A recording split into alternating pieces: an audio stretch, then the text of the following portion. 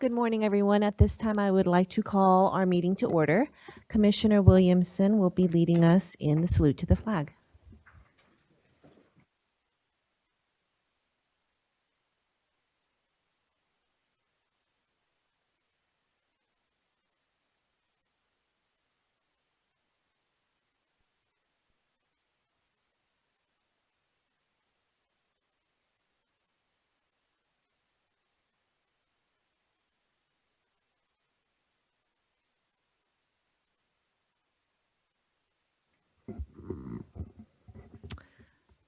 So at this time, under Government Code Section 11126A, the Instructional Quality Commission hereby provides public notice that it will meet in closed session regarding the appointment, employment, evaluation or performance, or dismissal of employees exempt from civil service under Article 7, Section 4E of the California Constitution. At this time, members of the public will need to vacate the meeting room. Once the closed session is complete, you'll be able to return. Thank you.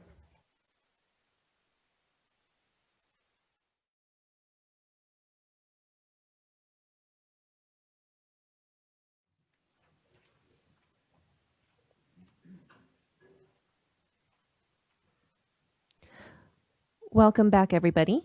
During the closed session, the IQC approved the appointment of Shanine Coates as the Executive Secretary Director of the IQC effective January 1st, 2020, as recommended by Superintendent Tony Thurman. Welcome. Thank you. We're so pleased to have you.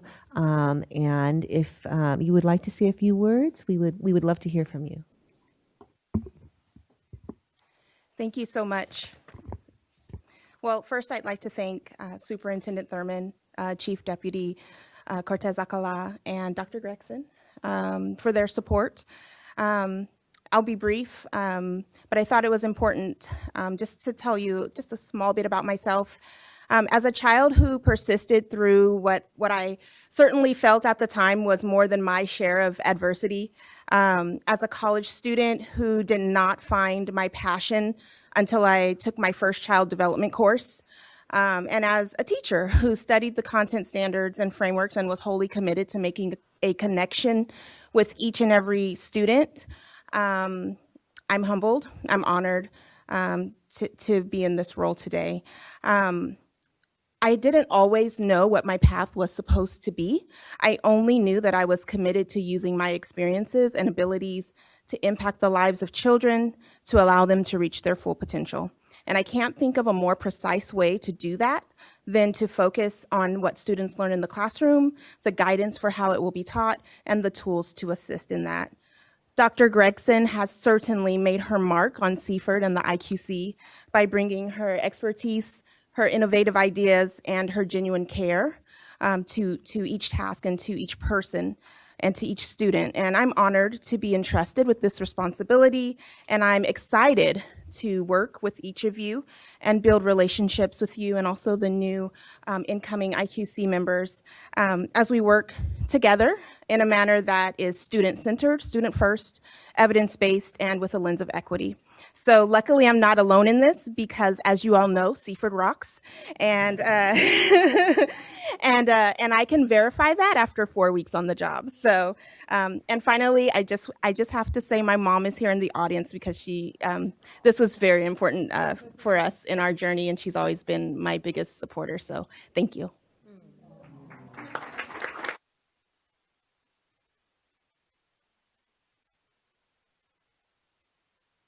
Thank you so much.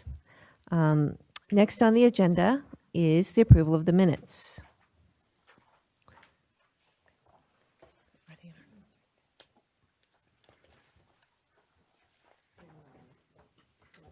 Oh, I see. Okay. All right. So I believe that the minutes are available electronically for us to review. Okay, great.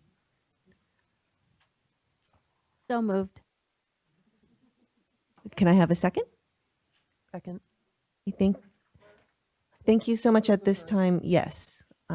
Commissioner Munoz moved and Commissioner Nadit seconded.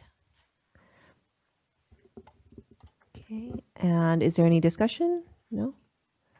Okay, if so, then at this time, we're going to take a vote to approve the minutes. All in favor?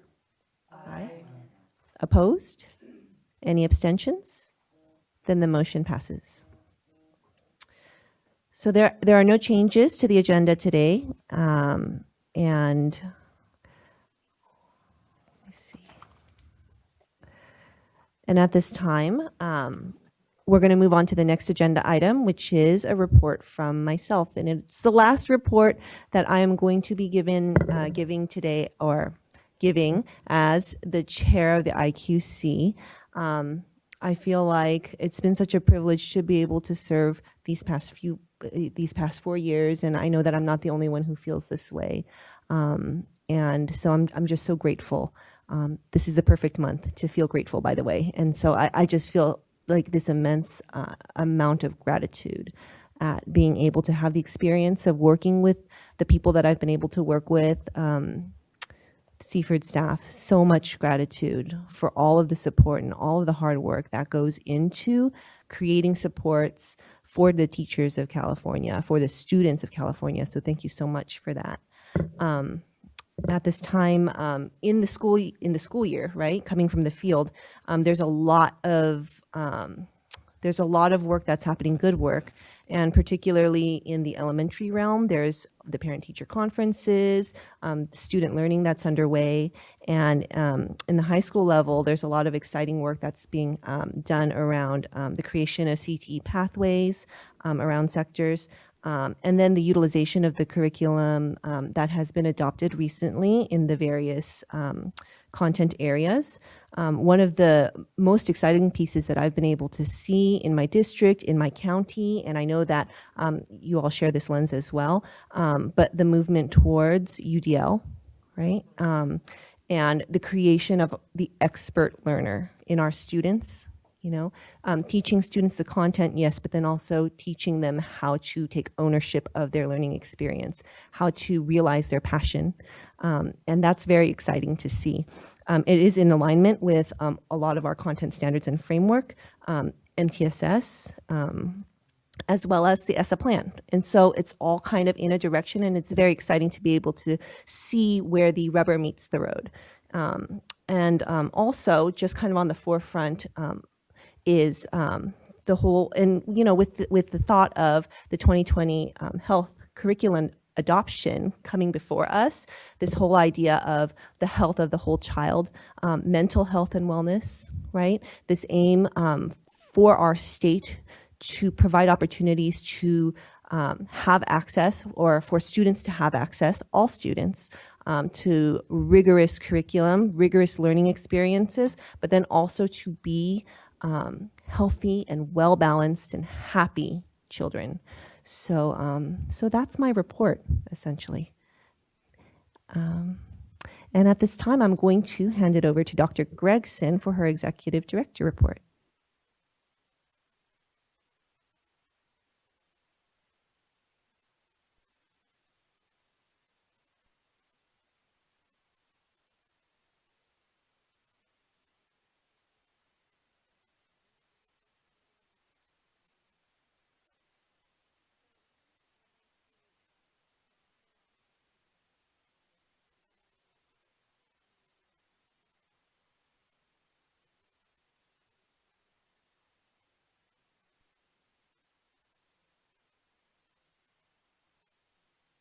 Situation. Students and teachers and administrators. Yes, my mic is on. Red light's on. It doesn't sound like it. I sound like it now? No. All right, well, I'll just keep talking really loud.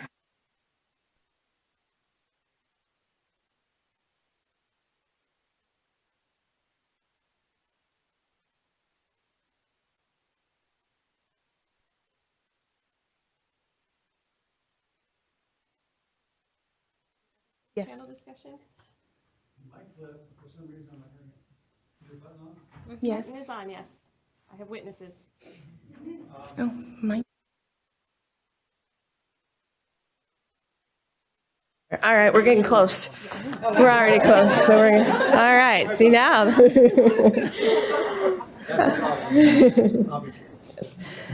So on October 15th, the superintendent hosted an ethnic studies panel discussion. We had Assembly Member Shirley Weber a part of the panel discussion. We had Ramona Tasco, who was a part of the foundation of the ethnic studies. We also had leaders in experts from districts that have implemented an ethnic studies program before, and also from the higher ed. So we have all these different perspectives, and really the goal of that panel discussion was to learn and to listen and really help us understand what type of guidance is really necessary in the model curriculum to help schools implement an ethnic studies course that we want across the state. So that was a fun experience. Shanine and I were able to facilitate that panel discussion. We also recently had a deep data dive panel discussion. We had 9 panel members that included Linda Darling-Hammond, our state board president, Pedro Noguera, Joe Johnson from the National Center for Urban Schools Transformation, Laura Hill from PPIC. We had a team from Riverside County Office of Education, Cynthia Glover Woods and Melissa Bazanos, and they brought Superintendent Trevor Payton from Romaland School District. We also had Adela Jones from the Sanger Unified School District and Alicia Arriaga Smith from EdTrust West. So we had a very robust discussion around what are the trends that we're seeing in statewide level data, county data, and are the superintendents from the district seeing that same trend for district level data. And what we found is, yes, we're seeing those trends from state to county to district. And the trends that we're seeing is that in the upper grades, we're seeing the gap grow larger. And we're seeing some decline in math scores in the upper grades. Again, though, we're still seeing the gap between our African American students, our English learner students, and our students with disabilities. And so it was a very frank conversation, which I think sometimes we don't always have. So it was one of those courageous conversations of what do we need to provide? What are those actions and supports that we need to provide, and how we at CDE can better do that support from our lens. And so I took an enormous amount of notes. I was one of the moderators for the panel discussion, so it was exciting. I mean, who isn't excited to talk to such great wealth of knowledge? And so from that, we did a press release this week, and so you'll be able to watch the panel discussion and learn and listen. And we also during our press release kind of gave the highlights of what those actions and supports were. And so we here at the department are going to be taking those actions and supports that we learned from the panel discussion and doing something about it, putting them to action. So it's very exciting. Also, we have the LCAP redesign is coming up to the state board in January. So please remember there is an LCAP redesign survey out there. So if you review the LCAP redesign, please provide your input. That is extremely important to us. We also have the dashboard release that's happening in December. Right now, school districts are seeing a private preview of that dashboard release, but the public release will be rolled out in December. So that is coming soon. And as we've all known and have experienced, we had a lot of natural disasters recently with our fires, and going along with that is the public safety power shutdowns. And so we have been working here at CD in conversations around how can we support our LEAs with this new normal, right? This is a new normal for us. So how do we help them right now in the immediate future, but in the immediate time, but also in the proactive planning of this is going to be our new normal. How do we ensure that our students the gap is not widening because of loss of instructional time due to the natural disasters and the public safety power shutdowns? So that is a conversation we're having. If you have any thoughts or ideas, we'd love to hear them as well. And finally, we have a little bit of business here with the commissioners around our 2020 health instructional materials adoption. So Shanine told me I had to do this part still. So a little bit of an update. We have the adoption coming up in April of 2020, the training for it, and we will need commissioners to serve as panel facilitators. We've talked about that before, but now we need to get your firm commitment.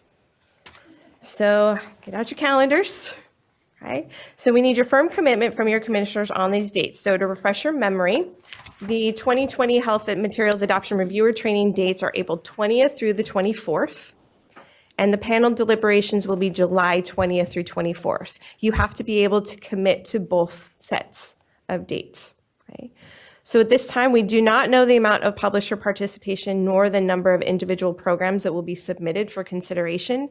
That said, we're anticipating a need for no more than 6 reviewer panels and therefore 6 commissioners to commit to those dates. We can also take Commissioner Emeritus as well. I'm just saying. Okay, just want to put that out there. Actives you get. Okay.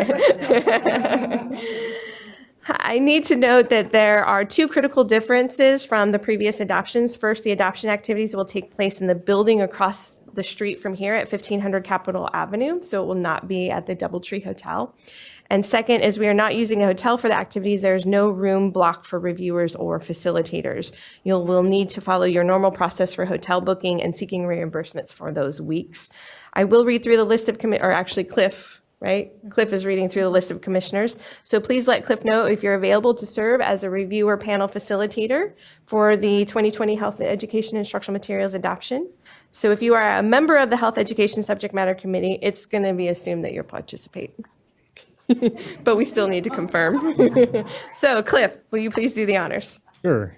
Good morning, everyone. I came up here because I have no microphone over there, and that seemed to be an issue, even though I have a very loud voice. And as Dr. Gregson mentioned, I'm not going to read the name of the 4 wonderful people who are concluding their service to this commission today at the beginning, but I will come back to you at the end. Okay, so I just really need a yes or no whether you're available to serve those dates. Again, they were April 20th through the 24th and July 20th through the 24th in 2020. Commissioner Chapman? Okay. Commissioner Costa Hernandez? Yay. Commissioner Fairchild? He's absent. I'm going to mark that. Commissioner Iniguez? He's absent as well. As well. Commissioner Lara? Able to attend. Commissioner Munoz? Yes. Commissioner Murphy-Corwin? I go off the commission as of June, so I don't know what my status is. Okay, I will come back to you then. Commissioner Pantai? Yes, I'll be available. Commissioner Renteria? Unable to attend. Thank you. Commissioner Rustin? Unable to attend. Commissioner Tonkovich? Unable to attend. Commissioner Williamson? Able to attend. So before I go to our 4 soon-to-be Commissioner Emeriti, I want to note that right now we have commitments from 5 commissioners for the adoption, and we may have a need for 6. I'm actually thinking that 5 would probably work, but we don't know, as we do not know the number of participating publishers at this time. So, as Dr. Gregson mentioned, if you would like to serve as a Commissioner Emeritus and have those dates available, we would love to have your name on the list. We would only call upon you if we do not have enough current commissioners to staff and facilitate the panels. Okay? Commissioner Chow. Please do put me on the list for if you do need support. I'm always on board, yes. Thank you. Commissioner Diaz. Sorry, but I'm unable to attend. So, Commissioner Murphy-Corwin, do you know your dates? Yes, I'd be glad, honored to be on the list. Commissioner Naditz? I am unable to attend. Commissioner Wu? Thank you so very much. Commissioner Naditz, we look forward to you hopefully having availability for the world languages. So I just thought I'd throw that out there a year ahead of time. So thank you much.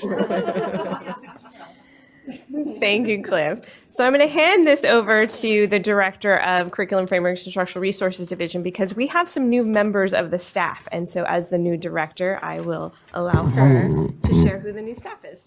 Thank you. So we're excited. I have 4 new Seaford staff members to introduce to you today that are here. So we have Denise Figueroa. Denise, can you give a wave? Okay. So she joins Seaford from the Davis Joint Unified School District, where she was a data analyst, and she also supported their board meetings. She is in training to take Tracy's role when Tracy leaves us this spring, and we're excited to have her organizational skills. Richard Gifford. Richard, there he is. As many of you know, the department, through the guidance of Kristen Wright, our Director of Special Education, has made strides in ensuring that the support of all students is shared and that students are put first. And so in this vein, she has gifted us the position of Richard, formerly a consultant in the Special Education Division, and Richard will lead various literacy efforts along with Dr. Gregson and review our frameworks and resources with a lens of inclusivity. So we're excited to have Richard on board as well. And then we have Erin Jacks. There she is. Erin Jacks joins Seaford directly from the classroom. She has been teaching high school history, social science, and English, most recently at Lincoln High School in Lincoln, and she has also been working with the History Social Science Project at UC Davis, providing professional development in history social science to teachers and administrators. Erin's first big project will be leading the 2021 World Languages Instructional Materials Adoption, so she will be presenting her first items in January. And then we have Astrid Berrios. There we go. Astrid joins the Seaford family from the private sector. She brings extensive knowledge of databases and has been learning about the CDE software for developing our online applications. She will be preparing the reviewer applications for the 2021 World Languages and Arts adoptions and will manage the data received through those applications to assist you with your recommendations for reviewers next September. So please join me in welcoming our new Seaford staff.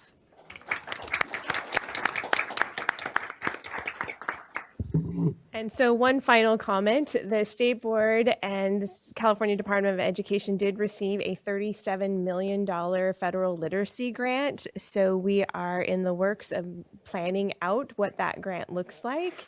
There will be a survey sent out to districts. So please encourage, when that survey comes out, I encourage you to fill it out, and please encourage your colleagues to fill that out because it's a needs assessment across the state around literacy support. And then we will be creating a state literacy team through an application process and then developing what it looks like from there, what our grant looks like. But it's been a long time since we've had a literacy initiative, so this is very exciting that this came to us.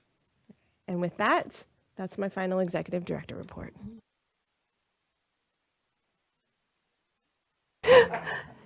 Thank you so much for your reports. At this time, I'd like to invite our State Board of Education liaison, Patricia Rucker, to give a report on the activities of the State Board. Good morning, commissioners. I'll try that one more time. Good morning, commissioners. Good. It's good. Very nice to be here. And I agree with Commissioner Chow that this is a month to be grateful and thankful for many things. I'm thankful for the opportunity to be in this room and to work with this panel as a liaison from the State Board. And I'm also thankful for the work that you all contribute and offer freely, your expertise, your time, as well as your great passion for the work that this commission does, but also for the work that you do when you return to your districts. So I also know that at the end of the day, we're going to have some moments to talk about this transition for those who are departing and those who are leaving. So I'll save those comments for that time. I do, however, want to take this moment to express my pride to my sister, Shanine Coates. I'm so happy to see you here. I'm very proud of you and very happy to be able to work with you in the future.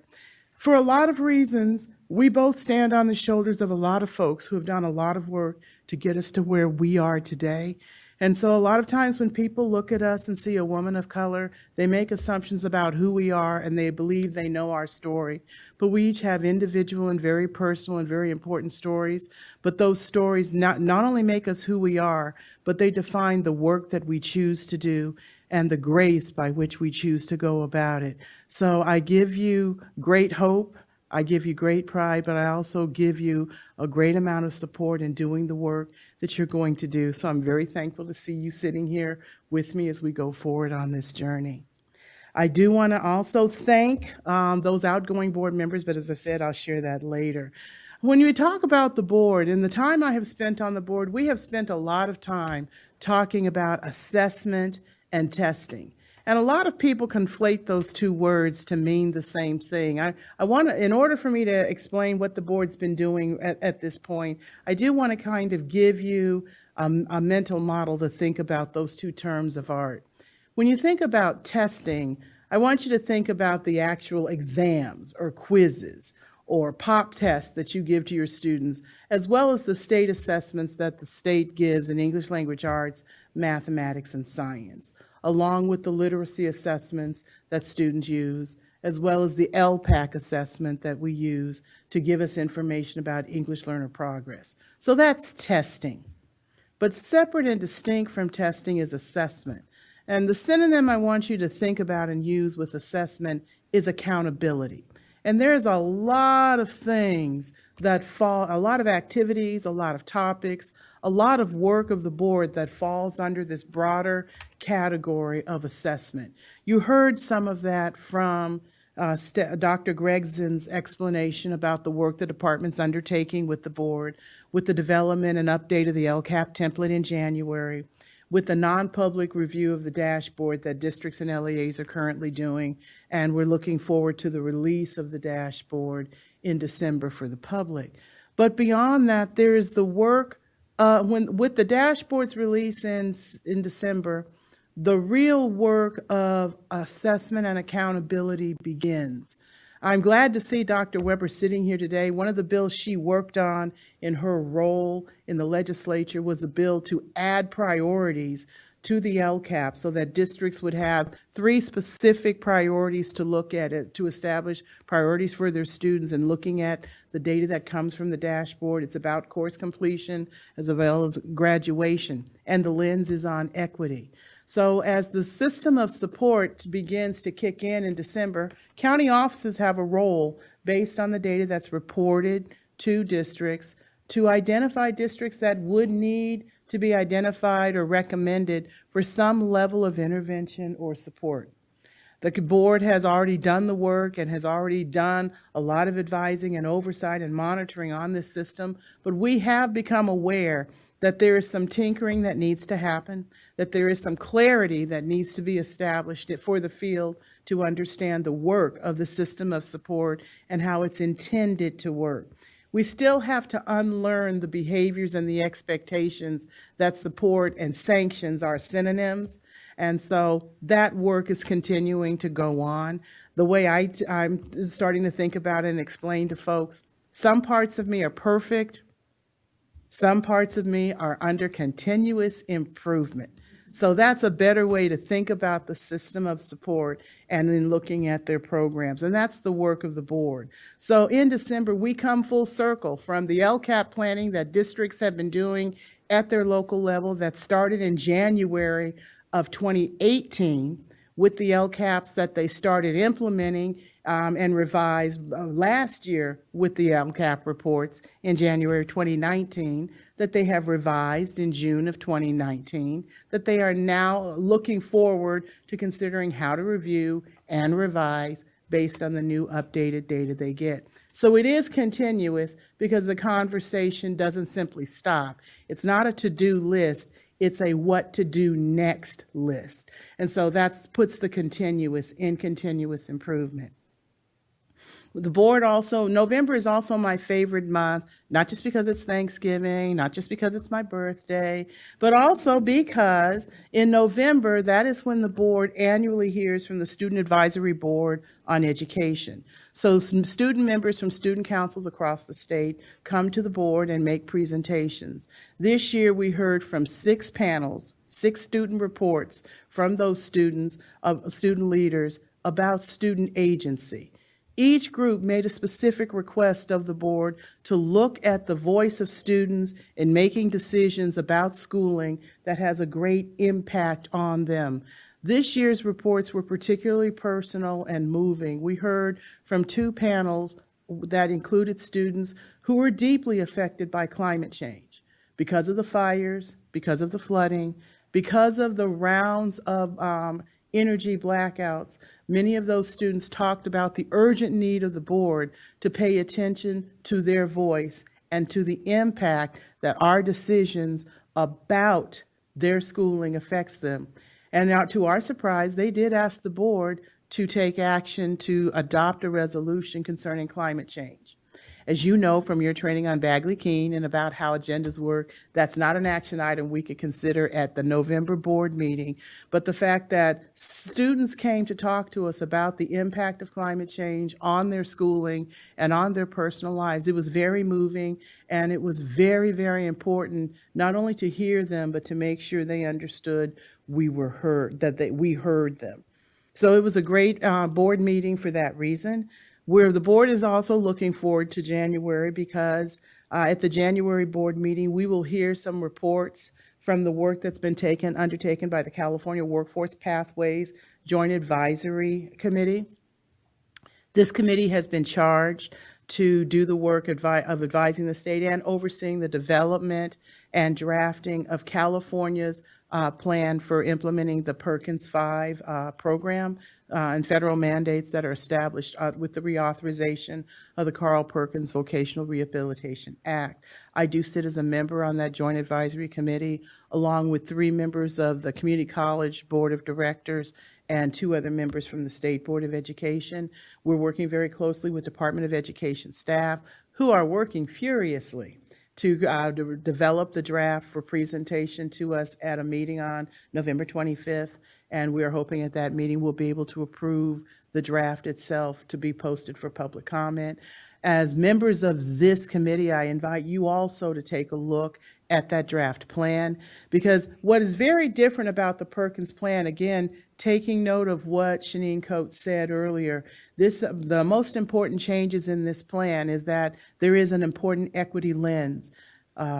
Districts and grant recipients of these funds are expected to do the work to create programs that not only will recruit students and grow their programs, but focus as a priority on students that are traditionally underrepresented in these types of programs, and to do the work to address the achievement gap and the performance of these students. So many of the same metrics that we see on our California dashboard will be part of the matrix of metrics that will be used to define accountability and the assessment of this plan and the implementation of this plan. So for those of you who have known me for a long time, now you know the reason why I took the time to talk about assessment and accountability in doing my opening. So I will close with that, and just simply again close with my thanks, and on behalf of my missing colleague Eileen Strauss, my true appreciation of the work and the commitment that you offer to this panel. Thank you so much for your report. I mean, taking it all in, and I especially appreciate the sentiment that you've expressed about how our systems of support, right, are under continuous improvement. And as educators, that's what we need to do to model that for our students. So I really appreciate that. Thank you. At this time, we're going to open our Mathematics Subject Matter Committee, and so I'm going to hand it over to SMC Chair Chapman. Good morning. I call the Mathematics Subject Matter Committee meeting to order. If you're a member of the Mathematics SMC, please put your nameplate face up, and if you are not on this committee, please place your nameplate down. I'd like to welcome our Seaford staff members, Jonathan Lee and Constantino Silva. to be here to help advise us as we have lots of work to do today. Commissioners, you should have available to you your California MathWorks Framework Focus Group Report, as well as the draft guidelines for the Curriculum Framework Evaluation Criteria Committee, the Math CFCC applications and resumes, the CDE recommended applicants, the data and demographic information, as well as your note-taking guide for the applicants that we were given to us. Thank you, Commissioners, for coming and being prepared this morning so our discussions can be focused and to the point. We have several items to discuss today and some actions to take as well. So we're going to get started right away with our revision of the mathematics framework for California public schools, kindergarten through grade 12. And we have a report on the mathematics focus group meetings and public comment received regarding those revisions of the framework. And first, at our September meeting, the CDE staff gave us an update on the focus group meetings. Today, they will provide us a report on the focus groups held in August through October. The item includes the focus group report that has a summary of the comments made by focus group members at each of the 4 focus group meetings and summaries of all the comments made by members of the public at those meetings, as well as a summary for our student focus group pilot. We have Jonathan Lee, lead education program consultant for the revision of the mathematics framework, and Constantino Silva, administrator for the curriculum frameworks unit, here today. At this time, I want to thank you, Jonathan, and would you please take some moments to give us a summary of the focus group report?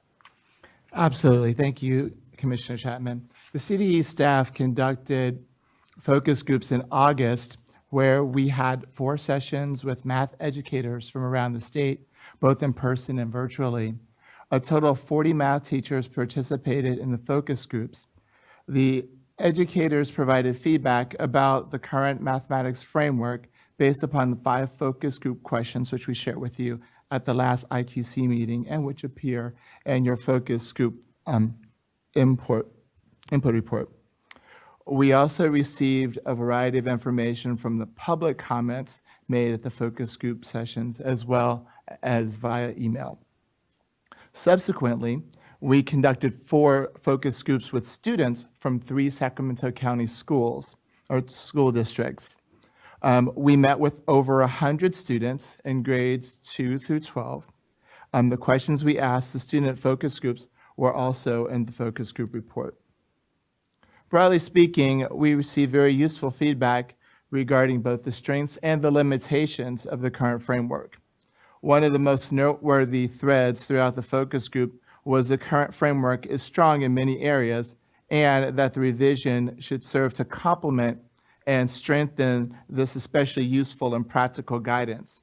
In other words, to approach the revision of the framework as an additive process rather than as a complete replacement of the current framework.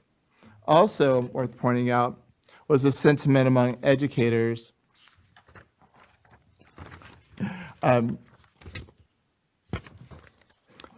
that the kindergarten through 8th grade sections of the framework were very thorough.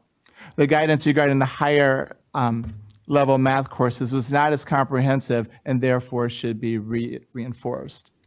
The students, for their part, gave us opinions and ideas about what helps them to do better in math. Speaking again in general terms, the students indicated that mathematics was a valuable subject that the majority of them enjoyed, the majority, not all of them. They were very candid, which is great. They mentioned the importance of receiving high quality instruction from engaged and skilled teachers. Students strongly believe that teachers were the key to their success. These remarks reiterated the need to ensure the framework provides teachers with a multitude of tools to engage effectively with their students in pragmatic ways. And that's a summary of the comments that we received. The complete feedback and input is before you in the form of the focus group input report.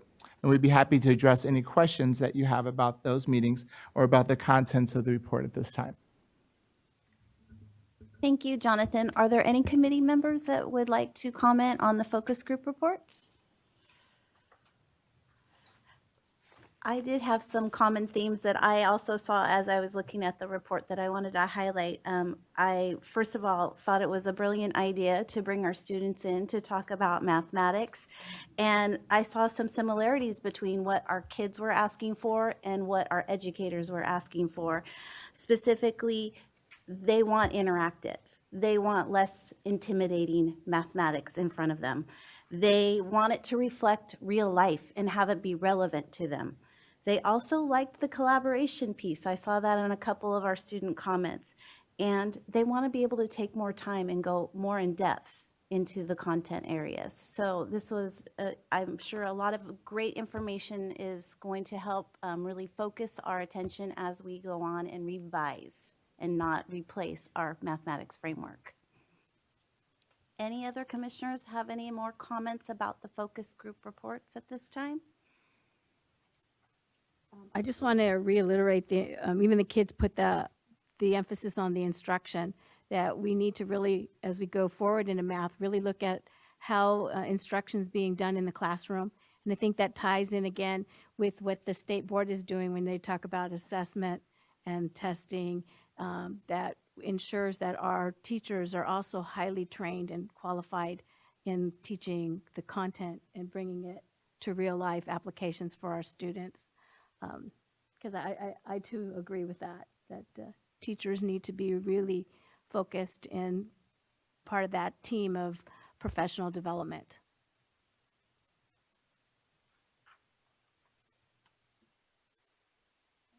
Further comments regarding the focus group? Okay, we'll move on to item 2 is regarding our draft guideline for the curriculum and framework evaluation criteria. So next, the CDE staff has prepared a draft guidelines to guide the work of the Mathematics CFCC as it prepares a revision of the mathematics framework.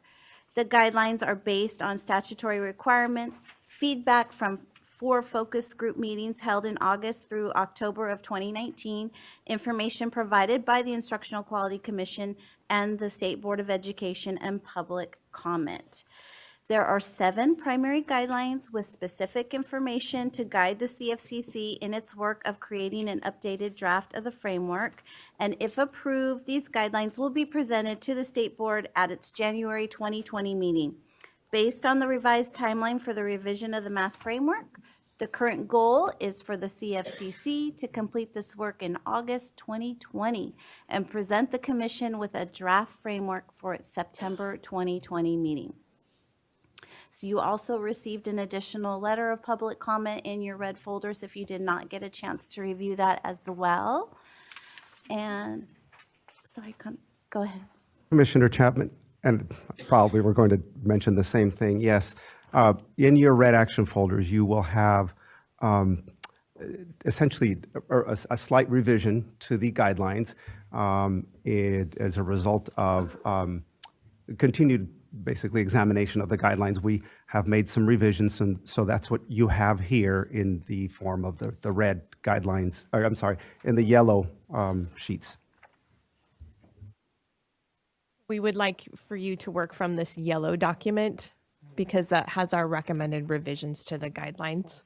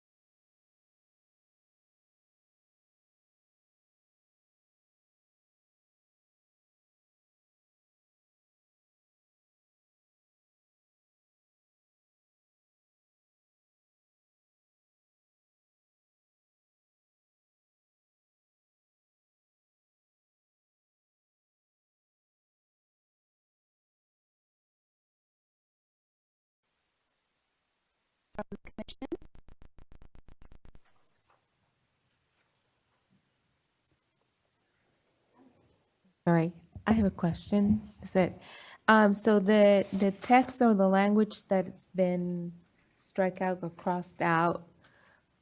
Can you give the rationale for, are those changes? Okay. Yes, I can. So if you're looking at number 1B, Yes. where you have it crossed out, balance in mathematics instruction including, we felt that the language balance meant that one was more important than the other, and so we wanted to honor that all of it's important. So taking out that language to make sure that all of those elements are seen as important and that you're not balancing one over the other. Okay. So that's the criteria for the language that has been crossed out? Like, it's for clarity? Because in general? General, yes. Because the same thing appears on 1H, Right. The It's value in of balancing, okay. Because again, you had the balance, and we again did not want teachers or administrators to think that they have to choose one over the other, that it's all. It's all. It's all. So the same in item 2, A, B, and then A through C, when it's, this is the one, guidance about universal design for learning at each grade level. That is in UDL is assumed that is K-12. Correct. Therefore. That we didn't want the framework to be, have boundaries around it, because when you say at each grade level, that means that at each grade level, we have to have something. We wanted to make sure that there was freedom to do it beyond each grade level. Okay, thank you. It's just to broaden the language a little bit more. Okay, thank you. You'll also notice under 4A that we took out the specific language around starting with either Algebra 1 or Integrated Mathematics 1, because we want to see that we want to show that math is a pathway to beyond just Algebra 1 and mathematics. It's a pathway to computer science. It's a pathway to STEAM areas. And so by just narrowing that down, you kind of pigeonhole it a little bit. So we wanted to broaden and show that math is a pathway to all. It's a pathway of opportunity.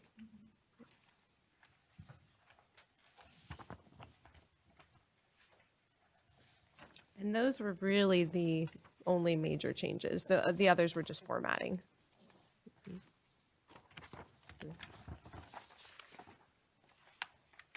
And then also, if you look on 3.3 and then 3.4, the additional pieces, yes. And then 3.8, we are trying to, if you look at number 8, we're trying to get away from, when we say all students, not to have the groups named after it, because when we mean all, we mean all. We mean each and every student. That we shouldn't have to list those groups anymore, because it should be really about each student that we serve and looking at each of their needs as individuals. And so that is why you'll see that change of language there. I think Board Member Rucker has something to add. Did you have something to add, Board Member Rucker? Oh, okay. Okay, Commissioner Chapman. Are there any further comments or questions about the draft? Okay, let's open it up to Board Member Rucker. Well, first of all, I want to commend the work that's been done on updating the draft. As you know, the math framework was one of the first major frameworks that the board took a look at, and that this commission, when it was brand new, started working on and developing. And so we learned a lot from the development and drafting of the math framework that informed the work going forward on subsequent frameworks that were overseen and approved by this commission. One of the things that I also looked at as I read the comments that came from the focus groups, it was very clear, both from the students as well as from the other stakeholders that participated, that there is a need to understand what it means to provide quality math instruction. One of the things that the board worked on and took action on that I chose not to speak to in my previous report, I saved it for this moment. The board submitted an amendment to our ESSA state plan concerning the definition of ineffective teachers. And part of that definition included the list of teachers who are currently teaching out of their assigned area. Probably one of the reasons that is a contributing or mitigating factor to the proficiency performance of our students being so far below is the experience that students are having in classrooms with undertrained or not appropriately certificated mathematics instructors. And so the work of professional development and the support that this framework provides to all teachers, whether they have a degree in mathematics or did the work to earn licensure and certification to be a math teacher, and that is two different things in California, requires the work of this framework to provide that information. So I said that as a setup to the concerns that I did want to raise. It was very clear from the students that they're being cheated in their math instruction, and they do not enjoy math instruction for a lot of reasons. And so when we look at what's actually contained in the standards for mathematical practice, it's important to understand that there are norms that are created in the interaction of students with mathematics that the standards for mathematical practice informs. But that term of art is really only referred to once as I read through this document, and that's in 3A. Even though the criteria that's related to the standards of mathematical practice can be inferred as you read the balance of the document, I think the expectation about the work of the framework to demonstrate what those standards of mathematical practice are, and through the vignettes and through the examples that are provided, demonstrate this criteria. I think it's very important to make that plain. It's not an assumption we can make, and it's clear that that was a very important vacuum that was left from the framework. It did not provide real guidance, particularly to non-math specialists who would be teaching math as a generalist, say in our elementary classrooms or in our middle school classrooms where the core scheduling is in place. Teachers need a great deal of guidance to understand not only what the standards are, but how they work. So let me make a general suggestion that in section 1, in 1B, where the statement says and demonstrates how these goals are consistent with the California assessment specifications, that you use the standards of mathematical practice to demonstrate how these goals meet that consistency. And in section 2, where we talk about in 2A the learning progressions, again, there's a link between the learning progressions and how those progressions are operationalized by teachers with the application of those standards. In 2B, looking at the guidance about how to integrate the use of those progressions, that's the function of the standards of mathematical practice. Going to section 3, where we do have the standards explicitly mentioned in 3A1, I would also recommend that you look at revising 3A3 and looking at the guidelines for universal design and learning. Dr. Gregson is correct. When we name the all of us grew up and we read the story of Sleeping Beauty. If you think you've invited everybody, you're going to forget somebody. So naming the all really does mean naming the all. It's important to help teachers understand under the designs for universal learning, we're not just talking about students with special needs. A lot of teachers still don't even know that the accessibility tools that are provided for using the online assessment program is available to all students. So I think in doing the work to talk about the universal designs for learning, it is important to make sure that those universal designs are also intended for all students and not just a subgroup of students.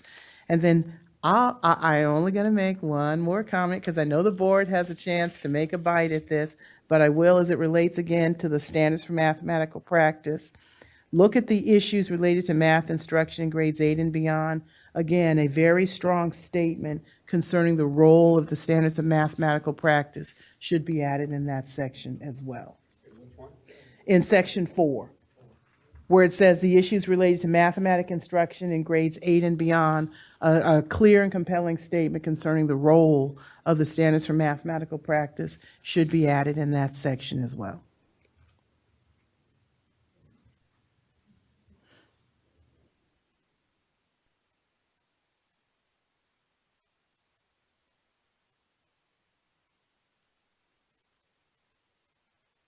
So just to revisit, we have the integration of the standards of mathematical practice in 1B, and I didn't catch the other section you wanted highlighted in 1B, 3A, 3, and 2B. Okay, and then 4, somewhere there. Thank you. And that wasn't a demand, it was a suggestion. I think those are great suggestions because as you read through those focus group comments, our teachers are striving, they want to see them in practice. They want to see it demonstrated for them, and they do need that support. Thank you. Any other comments or suggestions for revisions?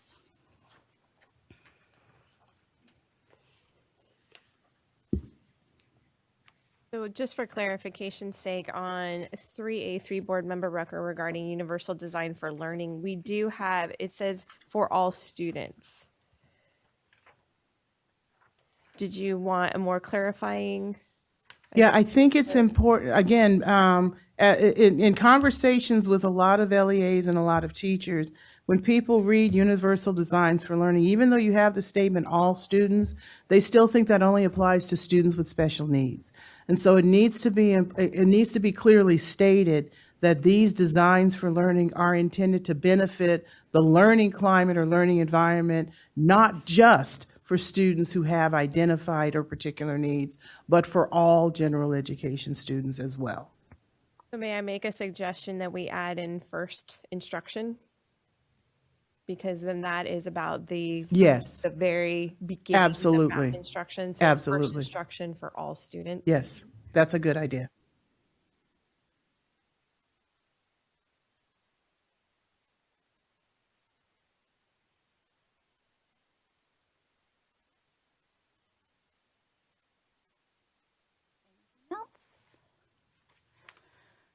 Do you gentlemen want to take a minute to kind of review how we're going to modify the document, or just your notes for the group? So I believe we have noted that Board Member Rucker would like us to augment the guidelines 1B. But the specific augmentation addition would be at the last sentence, the last part, are consistent with the California CCSSM assessment specification utilizing the standards for mathematical practices.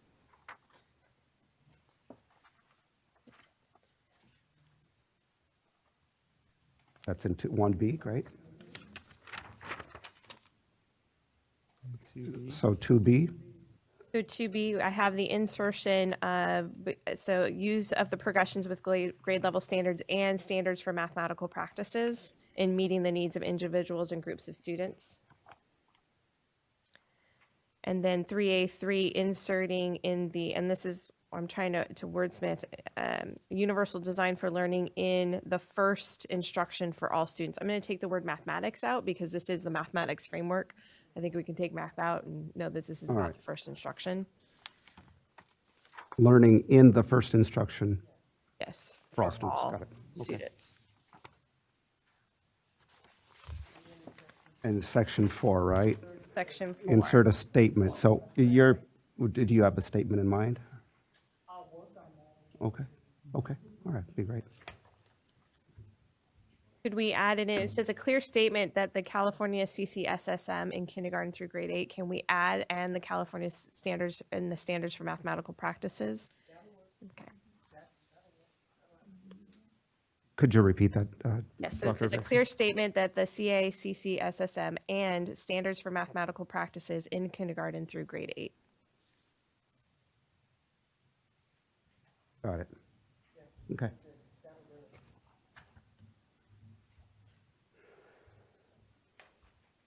Hey, commissioners, we feeling confident about this at this point?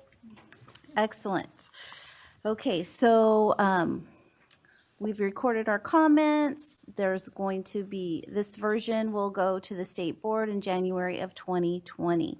So at this time, I need a motion to recommend to the full commission. Commissioner Chapman, excuse me, I'm sorry to interrupt you.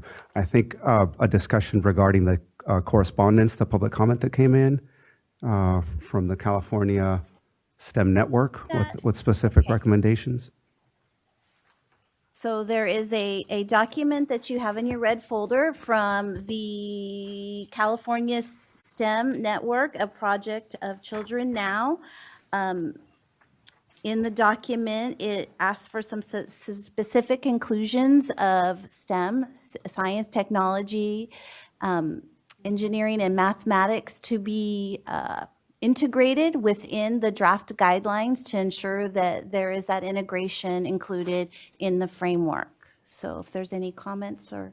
So you will see the revision in 3A4, where it says the examples of career technical education pathways, college and career readiness, computer science, etc. Thank you. Any comments or suggestions in regarding that addition? Are we ready now? Okay, I need a motion to recommend to the full commission the CFCC guidelines for the revisions of the mathematics framework with the changes recommended by the subject matter committee. I move. I second. Okay, we have the motion made by Commissioner Costa Hernandez and seconded by Commissioner Williamson. Is there any discussion on the motion? Is there any public comment? And we do. We have a public comment. Welcome.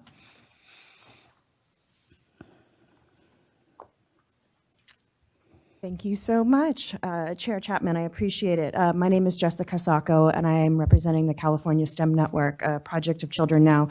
First, I'd like to start by thanking Dr. Gregson for her many years of service on the Instructional Quality Commission. It's been such a pleasure to work with you. Congratulate Director Coates on your recent appointment. I'm very excited to collaborate with you in years to come. Also want to appreciate Mr. Silva and Mr. Lee for their great facilitation of the focus groups. I attended a couple of those. And also thank Member Rucker for bringing forward the comment around the role of student voice and agency, and really congratulate the department for taking the initiative to reach out to students to talk about what they want to see in math instruction. And I too saw a lot of similarities and all the connections that you made. And the other thing that I saw was students really asking to make math applicable to their daily life, make it real, make it something that matters to me in order to increase my engagement with math. And one of the great ways to do that is by connecting math through STEM, or connecting math with science or computer science or other subject areas that really bring that to life for kids. I was really also appreciative of calling out the mathematical practices and elevate them as much as you're planning to do in these guidelines. The mathematical practices are a great way for connecting with the science practices and language art practices. There are some great research and diagrams that have been done to illustrate where the overlays between these subject areas are, and I would strongly encourage you to consider about how these can connect, particularly in elementary, where we see so much demand on our elementary educators to teach so much. Integration is going to be key at that level, and providing guidance, whether it be vignettes, models, strategies, to support that type of integration rather than continuing to provide only siloed direction and then asking them to do the integration. So I think providing some models along that regard would be incredibly helpful. And I appreciate the addition in 3A4 to call out the CTE, College Career Readiness and Computer Science. I would just ask you add NGSS to that one, or science, however you prefer to call that out, whether it's by its acronym or Next Generation Science Standards. And with that, I will conclude my comments, and thank you very much for the time. Thank you. Any other public comment? Okay. Is there any further discussion? Okay. All in favor? Aye. Opposed? Okay, the motion passes. Finally, today, commissioners were provided we were provided with the applications received by the CDE for the Mathematics Curriculum Framework and Evaluation Criteria Committee. The application period was from May 15th through August 15th, 2019. A total of 65 applicants were received. We received the PDF of the application summaries and resumes, and all personal contact information was redacted. And at this time, Jonathan will now discuss the department's recommendations and the process that was used. Thank you.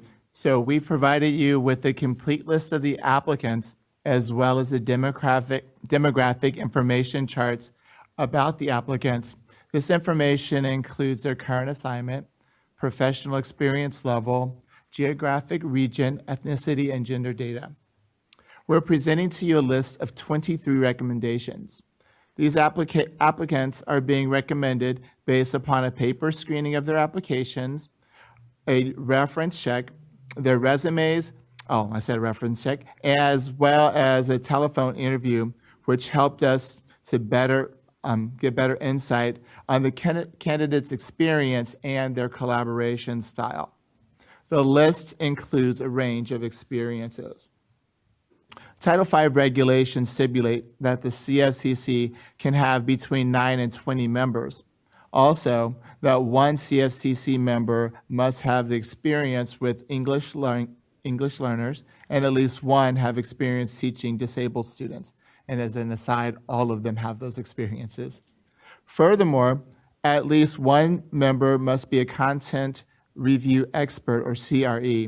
Section 9512 of Title V regulations defines CREs as a content field other than English and language arts and visual and performing arts as individuals holding a doctoral degree in the field or related field.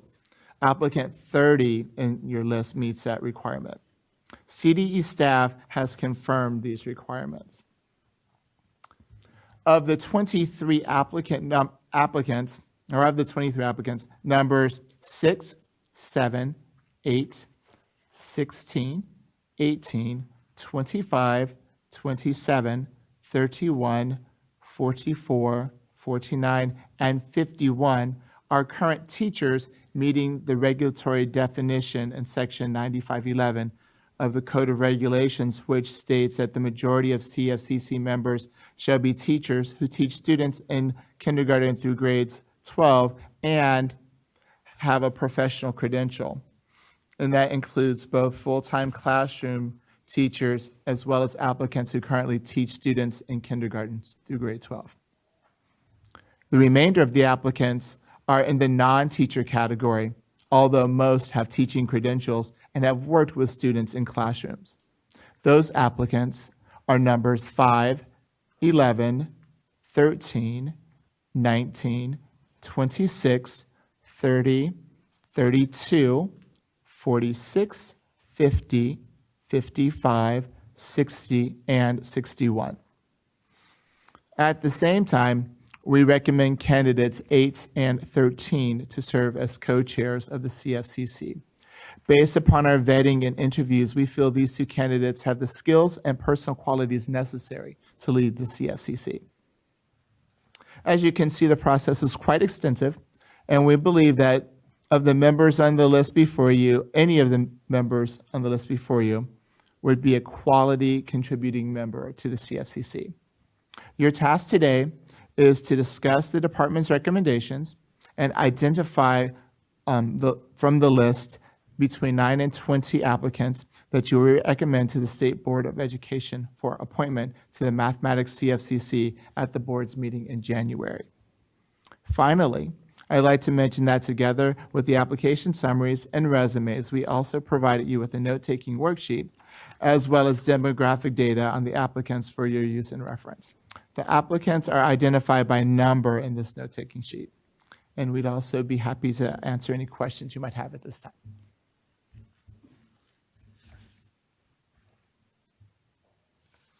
Thank you, Jonathan. Executive Director Gregson has also some comments she would like before we begin. Thank you, Commissioner Chapman. So as Jonathan just said, we do refer to the applicants by number, but I would like to remind you that there is a human being behind that number. And so just keeping that present in your conversation when you are speaking around the numbers, that is, you're referring to a human being. We really want to thank all of the applicants for their interest in the review of the math framework and for having taken the time to apply. It's a very time-consuming process.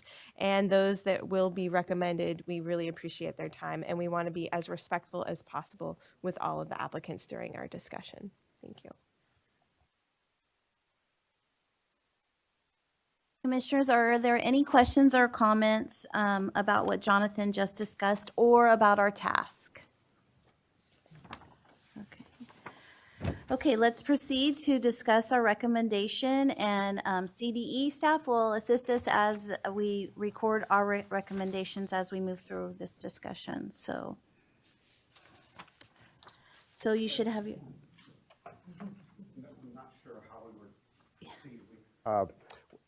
We also put in your folders, is this on? Hello? Yes.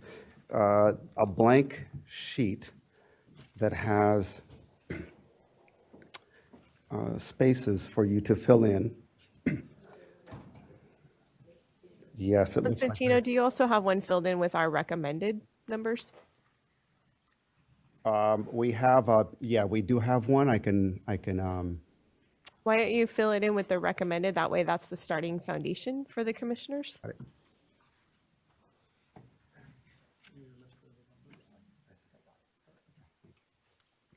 all right, so, And please only include the ones that we are recommending. yes. So based on the way that the chart is designed, the numbers can go in different categories because the applicants indicated that they have multiple levels of experience, right? So, for example, applicant 6 goes in here, but they also go in here, and they also go in here. So that's one person, all right?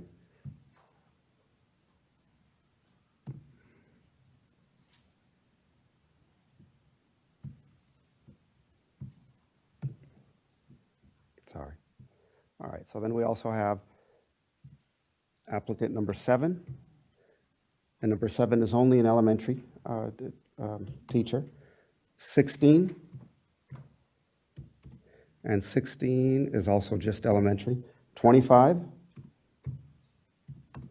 And 25 is also only elementary. 44. Right. Okay, well. Okay. My apologies.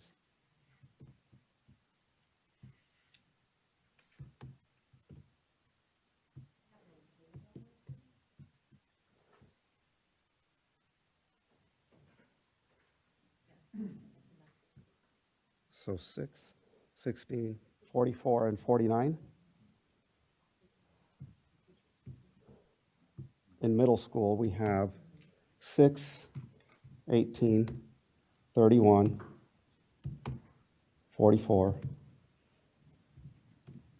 49, 51. And again, for high school, 6, 8, 25, 27, 31, 44, and 51. Okay, so that is a total of 11 teachers. And so the non-teachers would be 11, 19, 26, 32, 46. Constantino, non-teachers are TOSAs, they don't have students, but they're TOSAs, coaches, coordinators. Some of teachers of special assignment are teaching students. We verified that. Okay, so they will be counted as teachers. Yes. Okay. We verified that they meet the regulation because they work with students. So non-teachers they don't have These, to. these are applicants that indicated no current contact with students. They train the teachers. They work at a county office, a district office, they're university professors. They're not in the classroom at all, working with students. 55 and 61. 5, 13, 19, 26, 30, 32, 46, 50, 55, and 61. And finally, over here we have 5, 13, 26, 30, 32, 46, 50, 55, and 60. And in this category, some of the others are 11, 30, 32, and 55. And so this gives us a total of 12 teachers in this, 12 applicants in this category. So that is the 23. That is the 23 that we have recommended. So is it clarifying, what does the other entail? Others, they indicated in their application that they're university professors, community members, representative of an organization. That's what those 4 applicants are. But they also indicated grade level expertise. For example, 11, you see 11 in K-5 and 6-8. Number 30 has expertise in 6-8 as well as high school. Our Title V regulations for the composition of the Curriculum Framework and Evaluation Criteria Committee requires that the majority be the classroom teachers, and the other members can be members, administrators, higher ed, community members, that type. So that's why you see that other category. So is it possible to make like a broad recommendation to accept all the candidates that are teachers? And the persons that they recommend to chair and co-chair, and the expert, like number 30 being that additional doctor, that person with the doctorate? So there's 23 recommendations, Title V regulations. We can only have 9 to 20 being on the committee. So you have to have only, the maximum you can recommend is 20. And that includes the chair and the co-chair. They're part of that 20. So, I mean, in my head, I was doing the math, and it's either, because we have 23, so we can take up to 20. So in my mind, I was trying to think, okay, which 3 of the candidates can I live without? Because they were all, from the pool they recommended, they were super qualified, and the breadth and depth of experience was amazing. So I was, instead of adding up to 20, I said, okay, 3. And it's hard to find those 3. So I was trying to think then, knowing that we need the majority of the committee to be teachers, and that these are in the group of 23 that were vetted, recommended, can we start by accepting or including everyone who is in the teacher category? That's up to you guys. And okay, that's for the committee. Like that will be, that's one group. And then we can start making decisions about the non-teachers so that we get to the number, maybe 20, whatever number after, between 9 and 20. And if we accept the teachers, obviously, we're beyond the 9. So it's just a suggestion. Yes, that we can absolutely do it that way. So if we took all the teachers, that would be 11, and so we would need to cut 3 people from our non-teachers. Constantino, do you mind just highlighting the people that you're recommending as the chairperson?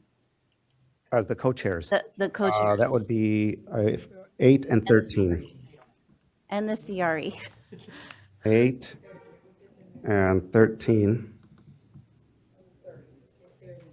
And I'll give 30 a different color, Thank you. right? And I'll do the same down below. So what I'll do is 30 here.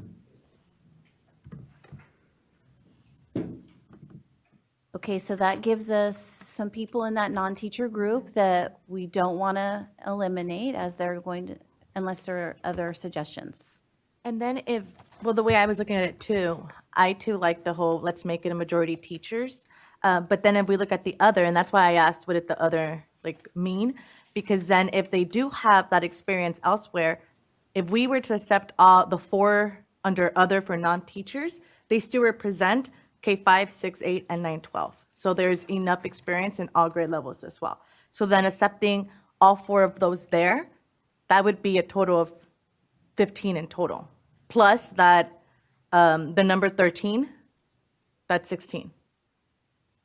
So if we accepted all the ones under other right now, that's 4 more. So that's 4 plus 11, that's 15.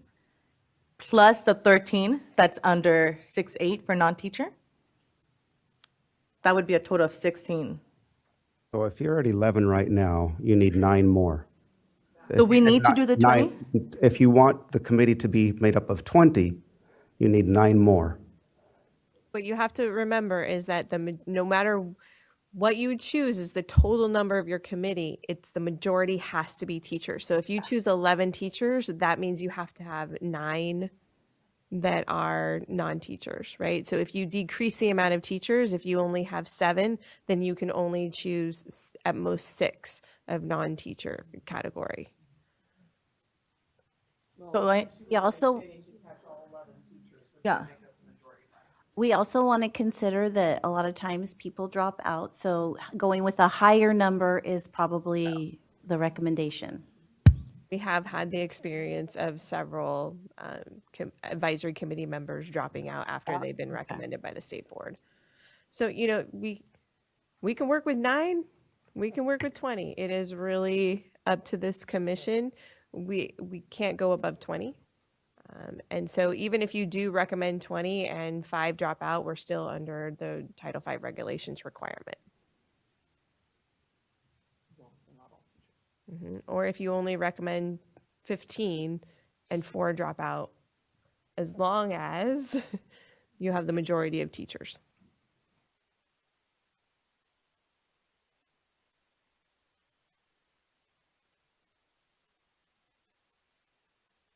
We're going to have to make some cuts. This is not unlike what you did for the health adoption, by the way, where you discussed which ones to keep and which ones not, right?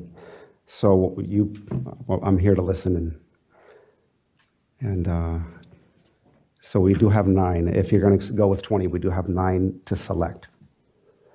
So may I suggest from the non-teacher category, I would suggest that we take out applicant number 5, because I think there are more representatives from that type of organization so those organizations are represented, and this particular person doesn't have experience with students with disabilities. Okay. So I'd suggest number 5 be taken out of the list. Any disagreement? No, not to that. I have a suggestion after that. On the other non-teacher category, 19 and 61 are both from the same organization and represent the same span. So maybe selecting one. I would suggest 19, to keep 19. Elementary coordinator, right? Is 19 elementary coordinator? 19. Elementary math coordinator, yes. It just says math coordinator, yeah, TK6. So take out 61. Take out 61. Please. But then again, aren't we're looking at ethnicity, and that person is part Asian. I mean, we don't want to have a whole group of all white teachers either. 19 is, I think there's enough diversity in the group.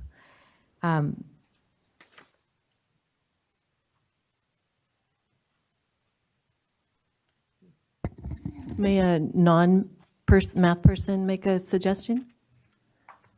Ms. Chapman, Commissioner Chapman? Well, I had highlighted 61 for several reasons.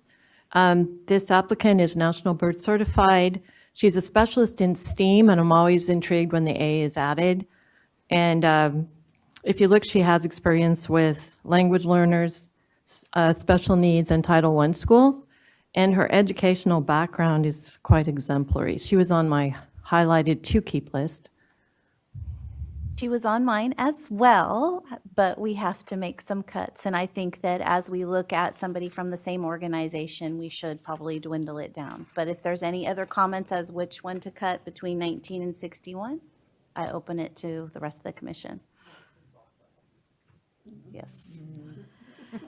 Yeah, they're pretty, they have little X's because they definitely have a lot to offer us, especially with English language learners as well. Okay, so we've cut. With the removal of 5 and 61, you're at 10 non-teachers. A total of 21 still, so.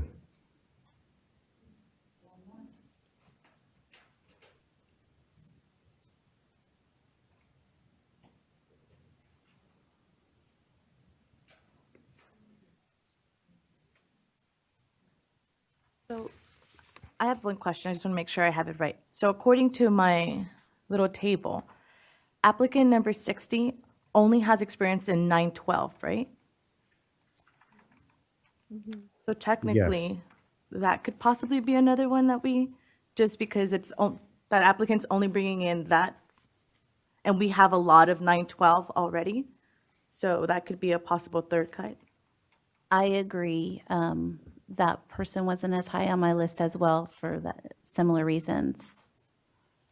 So that was 60. Is there any more discussion on eliminating 60? Okay, I believe that gives us 20.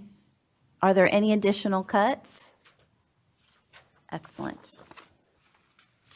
Any additional comments? All right.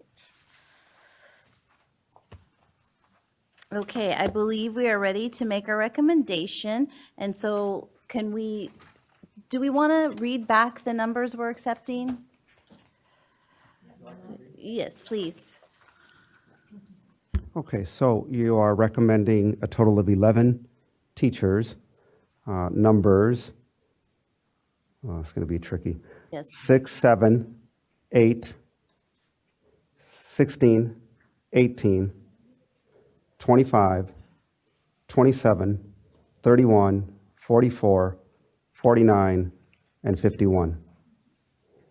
And in the non-teacher category, you are recommending applicants number 11, 13, 19, 26, 30, 32, 46, 50, and 55. Excellent. Thank you very much. Okay, so I need a motion to recommend to the full commission applicant numbers 6, 7, 8, 16, 18, 25, 27, 31, 44, 49, 51, 11, 13, 19, 26, 30, 32, 46, 50, and 55. I so move. Oh, 27 in addition. I moved. Okay, in a second. Okay, thank you very much. The motion was made by Commissioner Diaz and seconded by Commissioner Renteria. At this time, is there any discussion on the motion or public comment? Okay, all in favor? Aye. Any opposed? Motion passes. Now that we recommend applicants for the CFCC, I need a motion to recommend one or two of these applicants as chair or co-chairs of the CFCC. So we have recommended out of our teacher group, applicant number 8, and in our non-teachers, applicant number 13 as co-chairs. May I have a motion? So moved. Thank you. Second. Thank you. It was moved by Commissioner Costa Hernandez and seconded by Commissioner Munoz. All in favor? Aye. All opposed? And the motion passes. Is there any other discussion regarding the co-chairs or public comment, which I forgot to do? Okay. All right. At this time, I invite the public if there's any other further public comment regarding mathematics. Okay, thank you.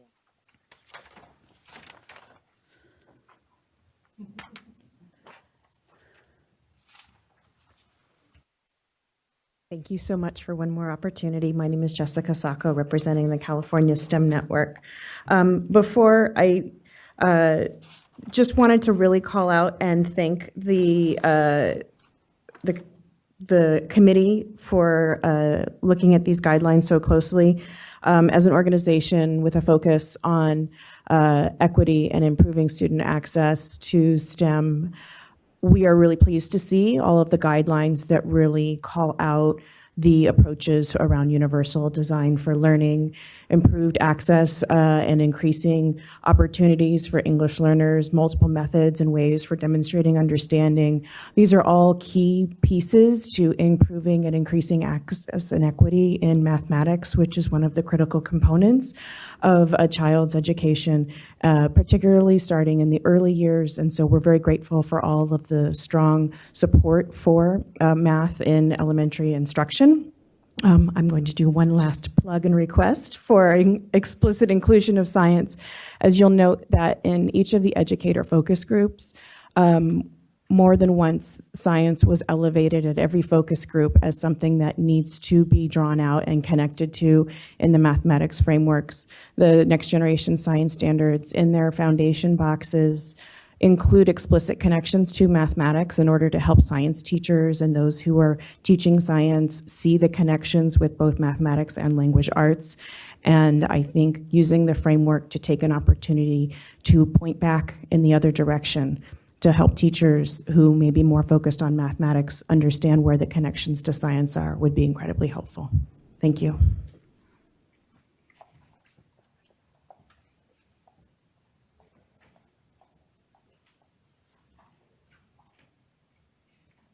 Okay.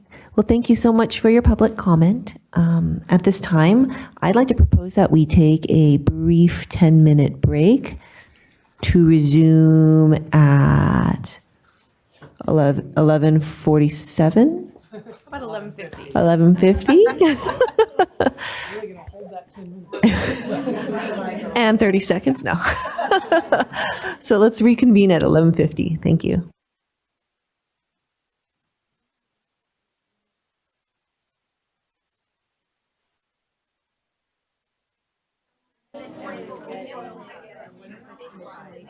Am I gonna? No? Okay.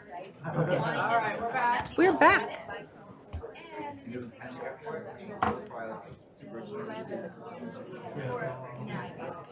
Do I hit it?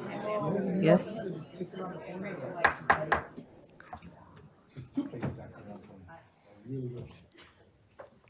Hello, everyone. Welcome back from our break.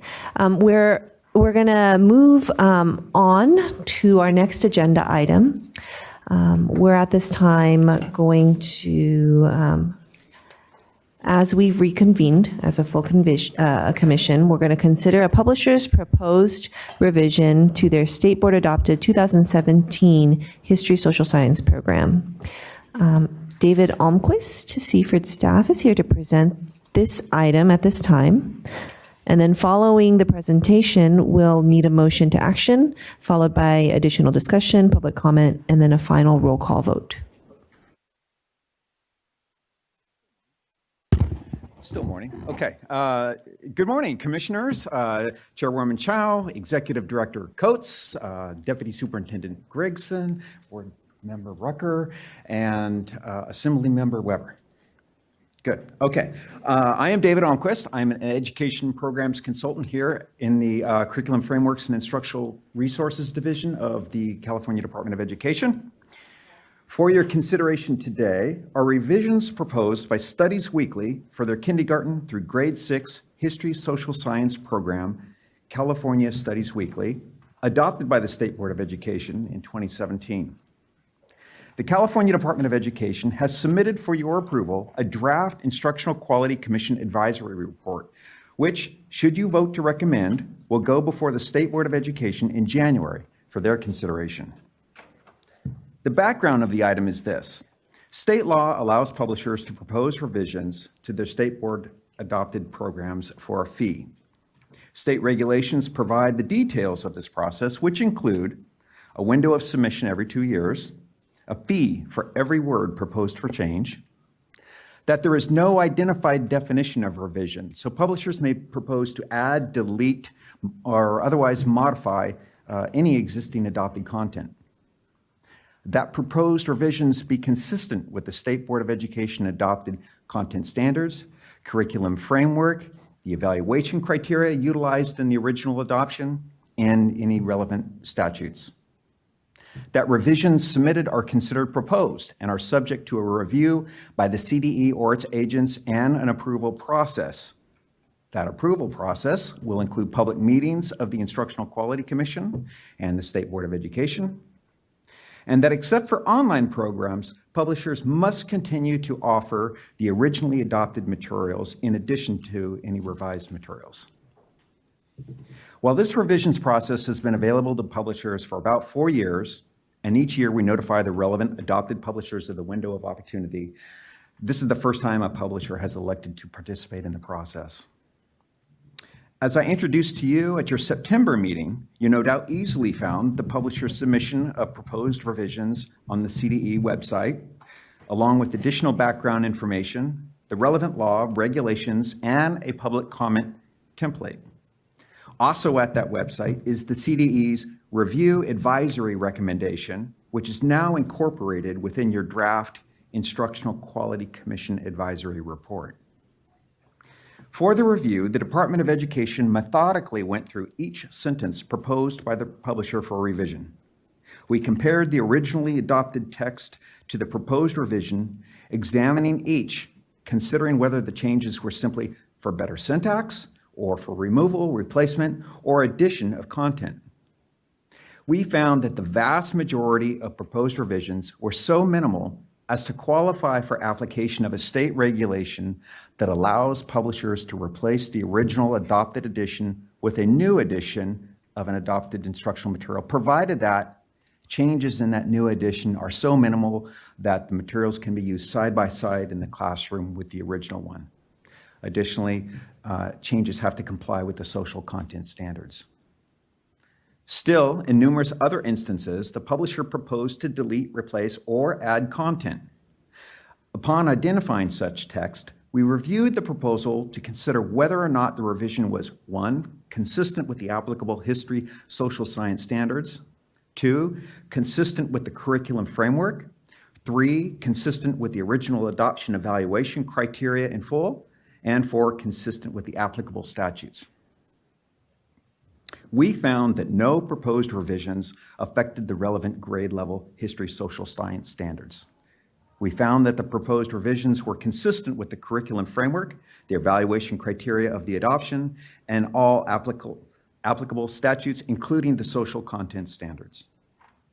I'd like to point out again that should you, and ultimately the State Board, approve this proposal, state regulations require that the publisher continue to offer their original materials to districts if districts do in fact prefer the original materials, although that fact seems kind of unlikely because the publisher confided in me that most of these changes were at the request of their client districts. As you know, California conducts a transparent review process and invites public comment at every turn. To date, we have not received any written public comment regarding this project before you today. And as you observed earlier at the public comment meeting held October 4th, solely for this project, there was one speaker who did not address any of these publisher proposed edits. In consideration of all of these factors, the CDE takes no issue with any of the publisher's proposed revisions and accordingly recommends your approval of the publisher's proposed revisions and your approval of the Instructional Quality Commission advisory report recommending the publisher's proposal to the State Board of Education. Do you have any questions? Thank you so much for your presentation. Are there any questions from the group? I actually do have a quick question about the revisions that were deemed to be minimal. So for example, in looking at the grade 3 curriculum, certain changes were made to terminology. So for example, the page about immigration and immigrants and change from alien to immigrant as far as the terminology being used. Okay. Is that the sort of changes that you were considering as minimal changes in terms of like the actual meaning of the page doesn't change, it's just the terminology? Right. That was just a terminology thing, and we found, I'm just checking my grade 3 notes here. Yeah, we found that that was perfectly fine, and it really didn't affect the content at all. It was just a request of the publisher that violated none of the evaluation criteria nor the standards. Okay, thank you. Sure. If I remember from the adoption, I recall that this particular publisher was mostly consumables, right? So they didn't have like a hardback textbook. It was correct. Right. That's correct. Okay. Thanks. Any other questions from the group? All right. Well, thank you so much. And at this time, I'll need a motion to approve the publisher's proposed revisions to Studies Weekly and to forward the IQC advisory report to the State Board of Education. Moved. Thank you. Thank you. So Commissioner Nadis moved and Commissioner Wu seconded this motion. Is there any discussion on the motion? Actually would like to say something about this particular change. So Studies Weekly is really, really big. So this is, the changes themselves are minimal in terms of like one term versus another term, but they're really big changes in terms of how we speak about different groups and how we humanize and include. So for example, many of the changes made to indigenous peoples in California history and their role in missions and the terminology has changed minimally in terms of grammar and amount of letters, but very major change in terms of how different groups of people are spoken about.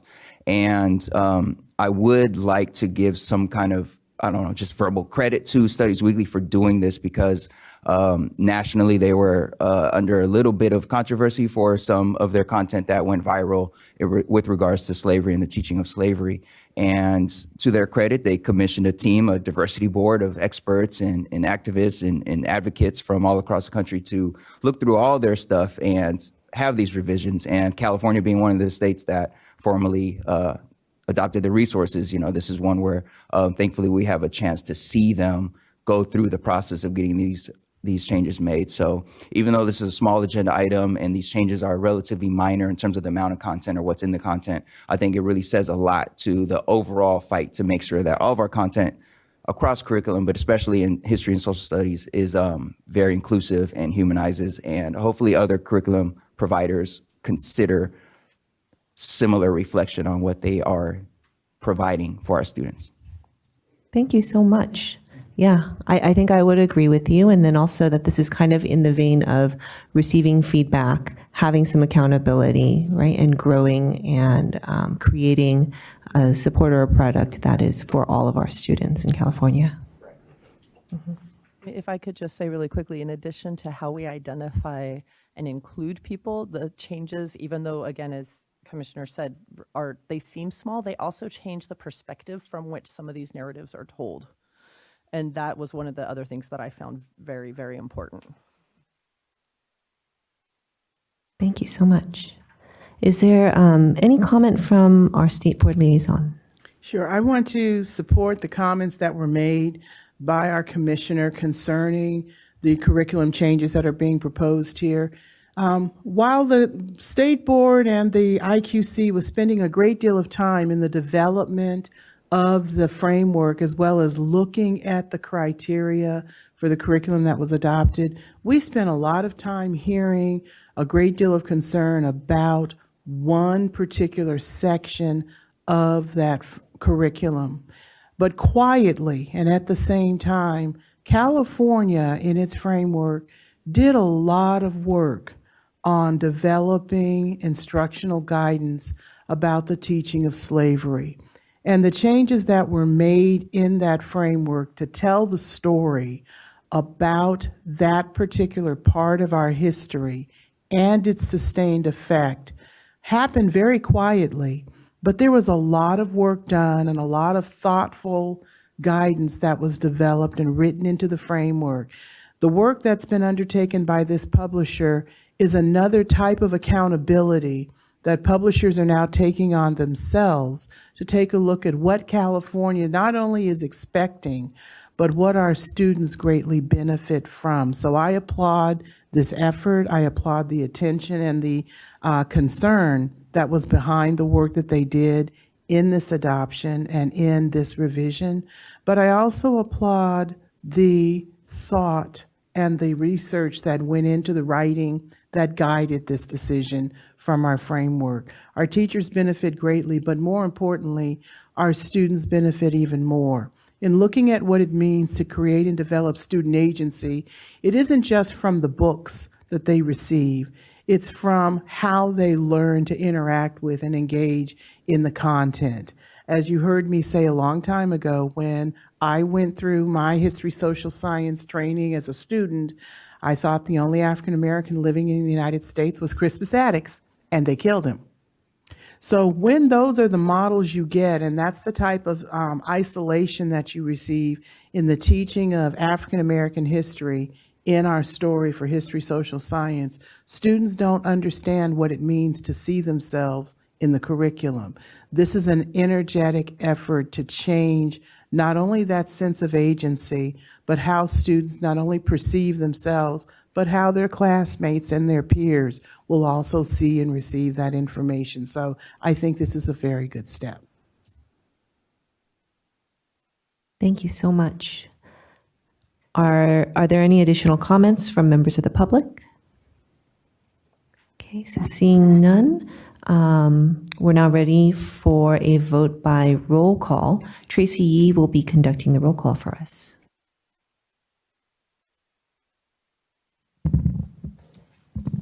Chair Wu? Oh, I'm sorry. Vice Chair Chow, I'm sorry. No, that's backwards. I'm sorry, Chair Chow? Yes. Vice Chair Wu? Yes. Commissioner Chapman? Yes.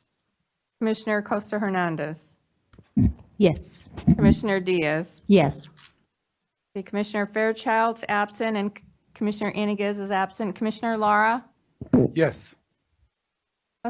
Yes. Commissioner Murphy Corwin? Yes. Commissioner Naditz? Yes. Commissioner Fantai? Yes. Commissioner Renteria? Yes. Commissioner Rustin? Yes. Commissioner Tonkovich? Yes. Commissioner Williamson? Assemblymember Weber? Yes. And Senator Allen is absent. The motion passes.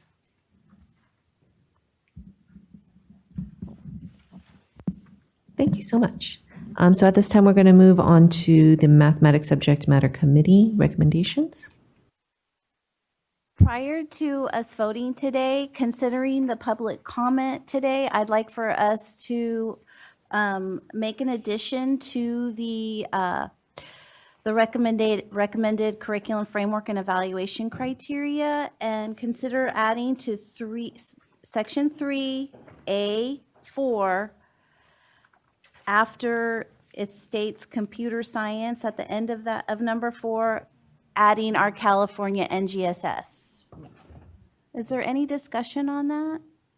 Okay, so with the change I just mentioned now, I'd like to recommend to the State Board of Education the guidelines for the mathematics framework and evaluation criteria. I'd like to move I'd like to. Thank you so much. Commissioner Chapman moves, and is there a second? Second?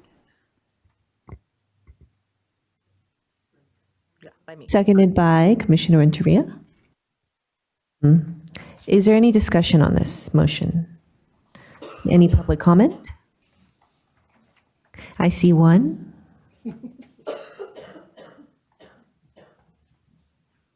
Casacco on behalf of the California STEM Network. Thank you.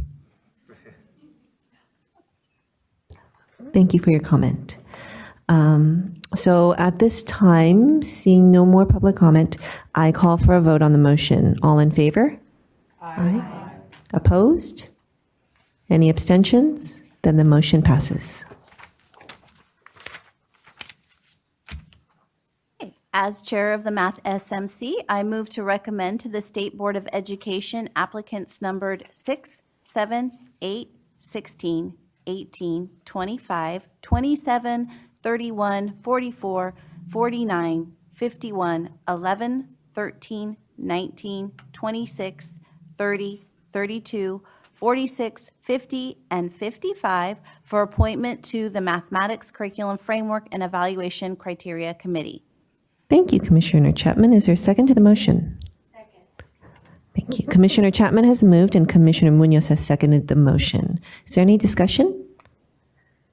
Any public comment? Okay, seeing none.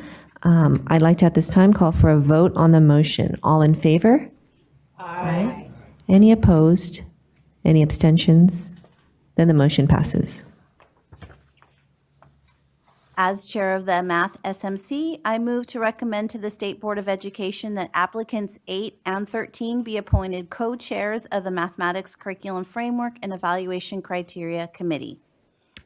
Is there a second to the motion? Second. Oh, wait. Okay.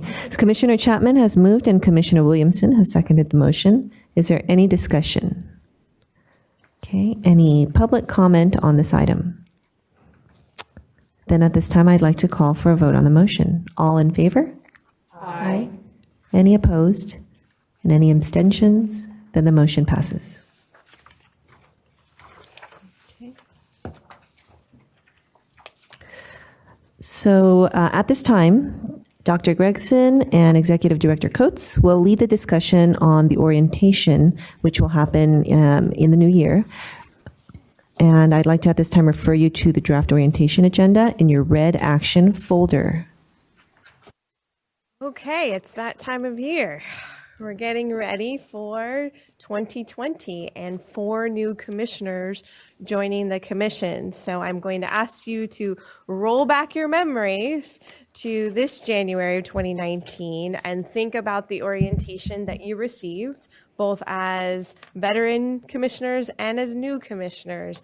And we would really love to hear your feedback on what you think we need to cover in January's orientation. It will be led by Shanine Coates. I will be there though. They asked me to play a role. I don't know what role I get to play, but I will be there. So, but we would like to hear from you. What worked well for you and what would you think that we need to modify, change, or add to the orientation? I'm taking notes. I think the time spent on clarifying the roles in regards to all the different types of projects that we do, whether it was reviewing frameworks, looking through applications, that was well spent because it gave you an idea of what the work entailed as a new commissioner. Yes, thank you.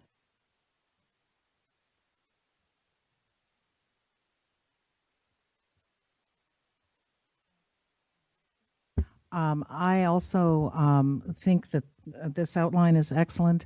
I would like to ask those that will be conducting the activities that they continue to be activities that cause interaction and allow the commissioners, especially the new commissioners, to get to know everybody. Tonkovich, you look like you had something to say. I was going to say what helped me as a new commissioner was, one, a list of all the acronyms, and then also Commissioner Rishna was my buddy, and she showed me some of the ropes, like the best place, walking distance to stay, and I like that as well. So any kind of, I thought I got the most out of the team building activities as well, the what's called building team norms, protocols, etc. Some of the informal stuff that was mentioned before, I thought was very helpful. So I appreciated that. The formal stuff and the informal stuff afterwards, but definitely during the training session, time to be able to reflect on ourselves, reflect on what we bring, and reflect on how we can lean on the talents of others and expertise of others, really, when we're making decisions, et cetera. I know I've done that various times here, especially when we're talking about content or subject matters that I'm no particular expert on, but leaning on other folks' expertise and learning what everybody brings to the table is important. I have two thoughts. First of all, as like a soon-to-be graduating senior in this metaphor, right? Yes, or that, right? You're becoming Commissioner Emeritus, Emeriti. I might become a super senior if you stick around. I went through the orientation 4 times, and each time I found it very valuable. And so, yes, there's always something more to learn, or there's always a newer understanding of the process. And so, just if we keep doing that and keep involving, all the members, so it's all inclusive, right, of the groups, that was really good. And then a new thing that happened this past orientation, which I very much appreciated, was the pieces that were sprinkled in where we got to know the Seaford staff better. And I really appreciated that, knowing the people that we're working with, the people who are supporting the work was beneficial, I thought. And then especially keeping in mind that there are some new faces in the coming year, I think that keeping that would be good. Just maybe one thing to add, I'm just reflecting, we're going through adaptive schools training at our district. And so many times when we put ideas on tables as like a norm, so maybe kind of reviewing some of those norms as we collaborate with one another, because as you are entering as a new commissioner, you're not sure exactly when you comment or once an idea is put on the table, then the discussion that ensues then becomes the work of the commission. So maybe a reminder about kind of norms like that.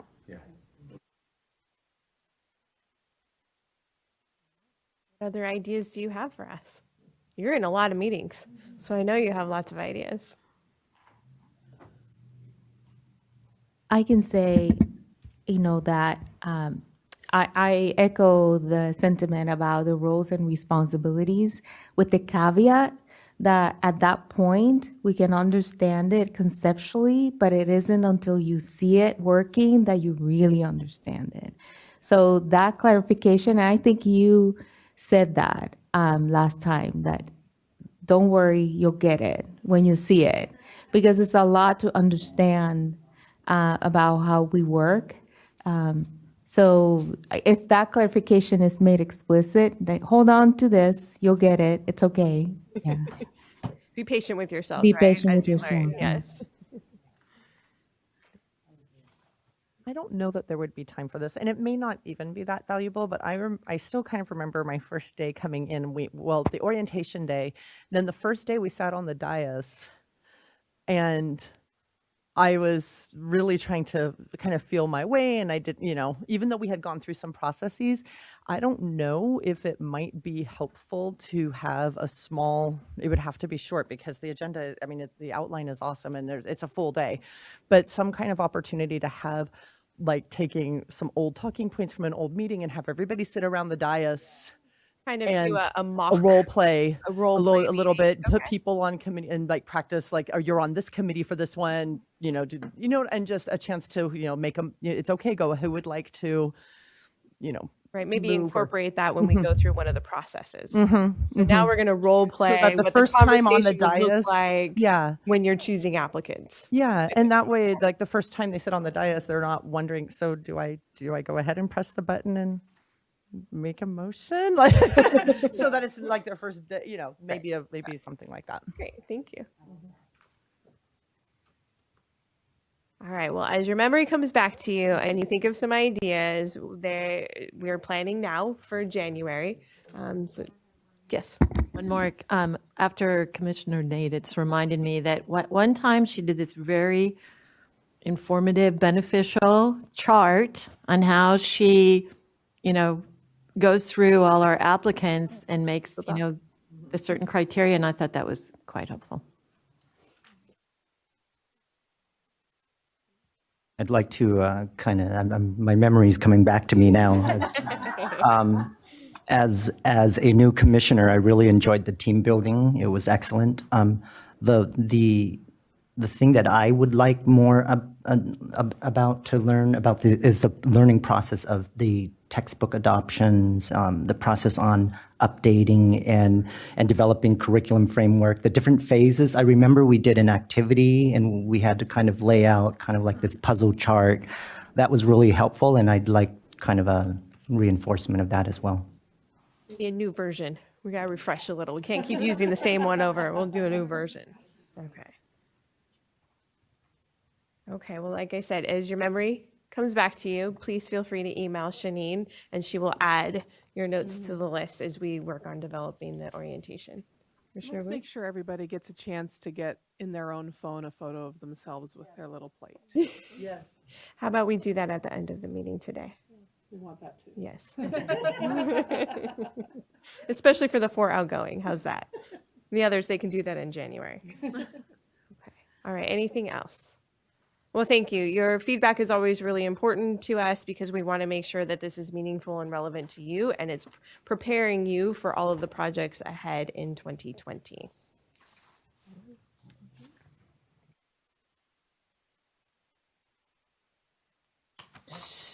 So the next item, and I think our final item, is on commissioner acknowledgements.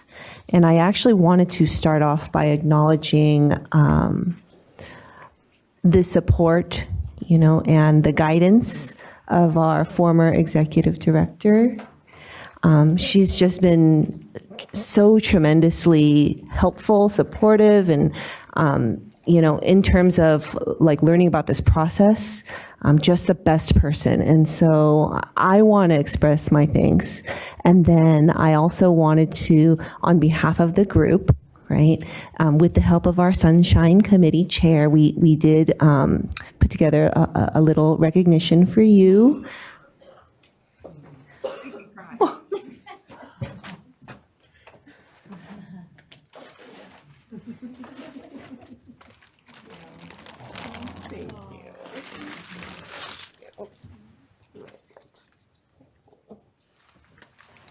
Has been a pleasure.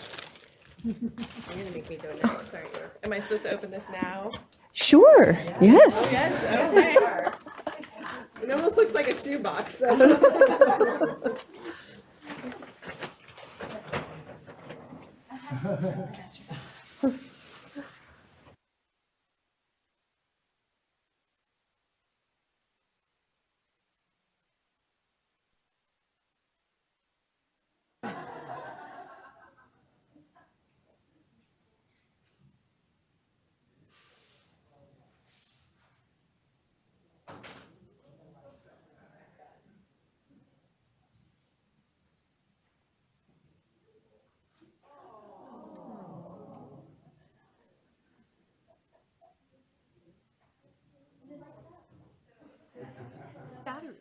With batteries, it will light. It says, success is not something that happens in the future. Success is made up of little steps taken right now. Thank you. Thank you very much. Very thoughtful. It'll go great on my desk. Then I can hit it every time somebody has a great idea.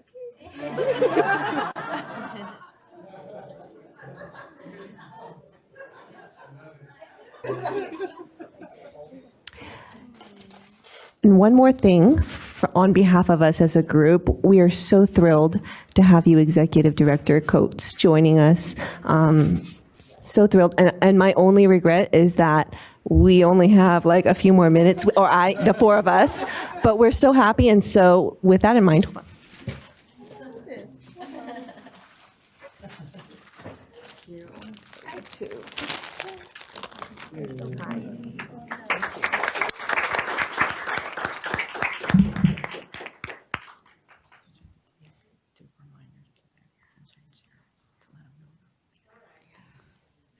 Ben's giving me that look that it's my turn now. So we have 4 outgoing commissioners, and we're going to be saying more about these outgoing commissioners at lunch. I'm going to weave in my comments with my final comments. So my comments about the individual commissioners will be weaved into my full picture. But so today's IQC meeting is the last for our chair, Suman Chow, Lizette Diaz, Nicole Naditz, and Jennifer Wu. And their term ends on December 31st. So they're not quite done being commissioners, but really they are, because this is their last meeting. So I'm going to try to maintain composure while I do this. Commissioner Emeritus Becky Sullivan and I have known each other for over 20 years, and she was on the Curriculum Commission. And I thought it was so cool what she got to do. And at that time, I was in Washington Unified as a administrator there. And she just kept talking about the work that she got to do on the commission. And I was just, I wanted to be her when I grew up. I still want to be her when I grow up.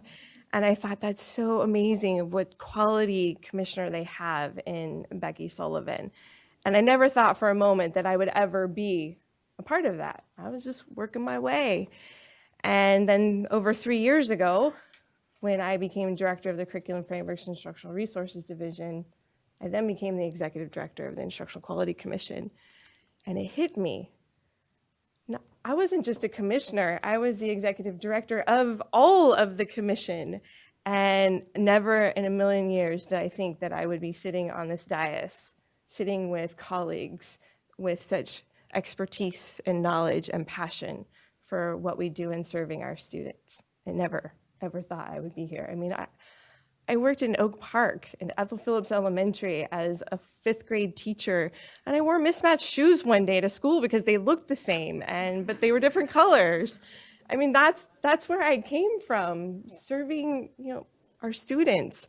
And so never in my wildest dreams that I thought that I would have this honor and privilege sitting amongst all of you.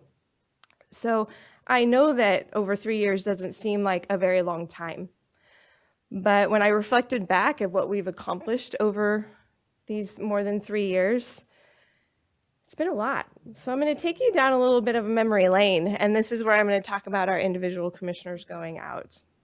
So when I first joined in April of 2016, we were in the middle of the development of the History Social Science Framework. Commissioner Diaz was co-chair of the IQC at that time. And then she became chair when we were going through the History Social Science adoption. And to say how a profile would be an understatement, because we're talking about people's history. It's their stories. It's very personal for them. And that personal piece came through all of the many public comments we received, over 10,000, with over 20 hours of public comment in person. And Commissioner Diaz showed amazing strength and grace during that entire process, from the framework to the adoption. Her strong voice in doing what's right for students, looking past the adult issues and really looking at what do we need to include for our students. And it came through loud and clear in our framework that won a national award. You did that. You were a part of that, right? And then we came to the science framework. That was one of the most comprehensive frameworks we've ever seen, not just in size, but in content as well, as it described the complexities of our California NGSS, right? And we went through the process of having to rewrite a chapter after the second 60-day public comment. That apparently that's never happened before, so there was another first for the commission. And then we came through the science adoption, which was the largest adoption the state has ever conducted. And you guys were a part of that. You were facilitators of that process. And what that means is that our teachers and administrators and our students had more options to choose from in picking the right program for them, right? And so that is very powerful. And then we created the first ever California computer science standards. And along with that, the first ever California standards app. This has the most download of all of our CD apps, by the way. We're in competition with the dashboard app, but that's okay. They're all in my branch. I'm good with that. And then we came to the California Health Education Framework, where Commissioner Wu led the way in developing a groundbreaking document on creating bias-free and inclusive learning environments for all of our students. That's your legacy. Okay. And then we came to a time where we were developing two standards at the same time, our arts standards and our world language standards, because really we weren't really that busy in the first place. So we wanted to add more to this, right? And then we have Commissioner Naditz, whose voice about ensuring our students have multiple opportunities as it comes to world language standards. Our arts and world language standards have the foundation of inclusivity from the very beginning that's shaping the frameworks and will shape the instructional resources. And Commissioner Naditz's voice in ensuring that our world language standards, right, we're inclusive to each and every student that we serve, that our teachers understand what it means to provide a high-quality world language program, and to make it possible for every school and district to do that. And then we move into the Arts and World Language Framework, because we don't like to be bored. The commissioners don't like to be bored, and neither does Seaford. And again, documents, because they started with groundbreaking standards with the inclusivity language, it means automatically that our frameworks are going to be that same way. And so, again, Commissioner Naditz's voice in the World Language Framework and making sure it's accessible. Because the world language community, just like other content area communities, has their own language, their own terminology, and trying to navigate that is difficult. Kind of, I felt like I was a language learner coming into the conversation, but she was able to break it down and making sure that our CFCC committees had that in mind as well. And that was also the all-female CFCC. Okay.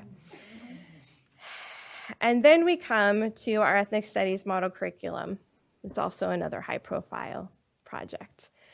And Commissioner Chow, Chair Chow, who has led us through some extremely difficult conversations, some extremely tense meetings that got to us personally from the stories that we heard, from the conversations, the courageous conversations you were having about navigating through all of that public comment and doing what's right. You facilitated that conversation. We would not be where we are today if it wasn't for your facilitation of those discussions and allowing this commission to do that work. So over my short tenure of just over 3 years, we've done 5 frameworks, 2 adoptions, 3 standards, 1 model curriculum, with over 35,000 public comments, and I don't even know how many hours of discussion from the public and from you as commissioners.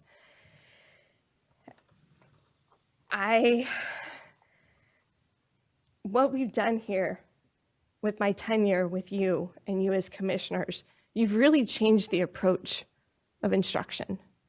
You've changed what we've included in our guidance to teachers and administrators to making it real, to making it meaningful and relevant. You started those steps, and now we're going to continue them. This is a pivotal moment in time for us in education, because the standards and the curriculum frameworks, that's what our teachers have from the very beginning. It's what our students experience on a daily basis. And you're influencing that, you're leading in that. And so what you have put in there can only positively impact our students. So I want you to think about that. 6.2 million students that you are serving and you are impacting with your words and your decisions. And it has been an honor and a privilege to be a part of the conversation with you in impacting our 6.2 million students. So we talked about student voice, right? So I'm going to leave the commission with a little bit of a legacy, I hope, just a little. In January 2020, we will have the first student commissioner on the IQC. And so I task you with honoring that voice, mentoring that voice, really listening to that voice, because they're coming with the perspective of what they're experiencing on a daily basis, what their peers are experiencing on a daily basis. And it's not all pretty, right? It's where the courageous conversations really have to happen. And so I am proud and excited that we will have a student commissioner on the IQC. I think that speaks to the movement forward this commission has made in the work. And then we come to my Seaford staff. And I say mine for just a second, right? Because I didn't get a chance to say too much of a farewell. And, you know, I listed all of those projects. And, you know, as commissioners, you had a lot of homework. You had a lot to do. So I want you to imagine what the Seaford staff had to do behind the scenes to navigate all this, to make it all work, to look sometimes pretty seamlessly. Little bumps. But they are an amazing, amazing group of educators. And I say educators because they're educating each other and us on a daily basis with what they do. And that is each staff member in Seaford. You have Tracy, who's going to be retiring next year, mentoring Denise, who's taking over the reins. And so they're learning from each other, with each other, and moving forward as a team and making sure that your work comes through loud and clear in all of the projects. So this could not be done without them. And so for that, thank you. And then Shanine is coming in. And I will repeat what I said in closed session. I could not think of a better person to take over the work of the commission and Seaford. She is an amazing human being.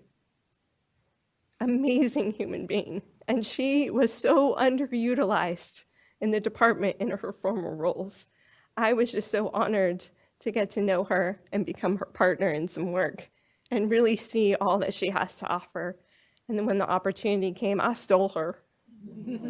I snatched her up because you will find that she is amazing.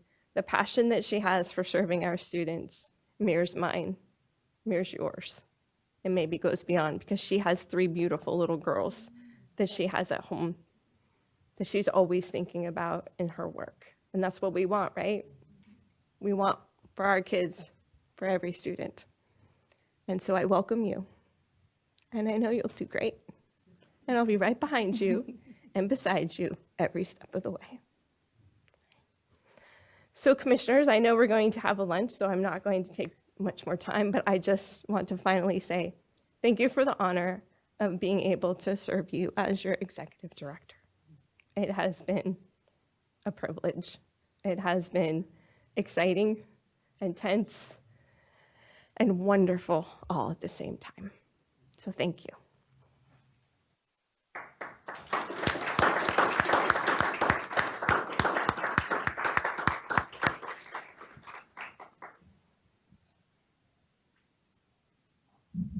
Hello, Board Member Rucker.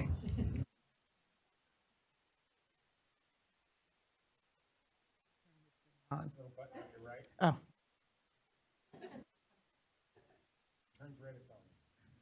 Okay. So I have to follow Stephanie, and it's my pleasure on behalf of the State Board of Education and my colleague Eileen Strauss to make a small presentation of certificates to our 4 outgoing members. And this was really important to do, not from my seat, but from the podium. So I'll begin with our chair, Sumin Chow. California State Board of Education presents this certificate of appreciation and commendation to Sue Min Chow in recognition of outstanding service as a member of the Instructional Quality Commission, January 1st, 2016 to December 31st, 2019. It's signed by our board president, Linda Darling Hammond, and it's my personal pleasure to present the certificate to you.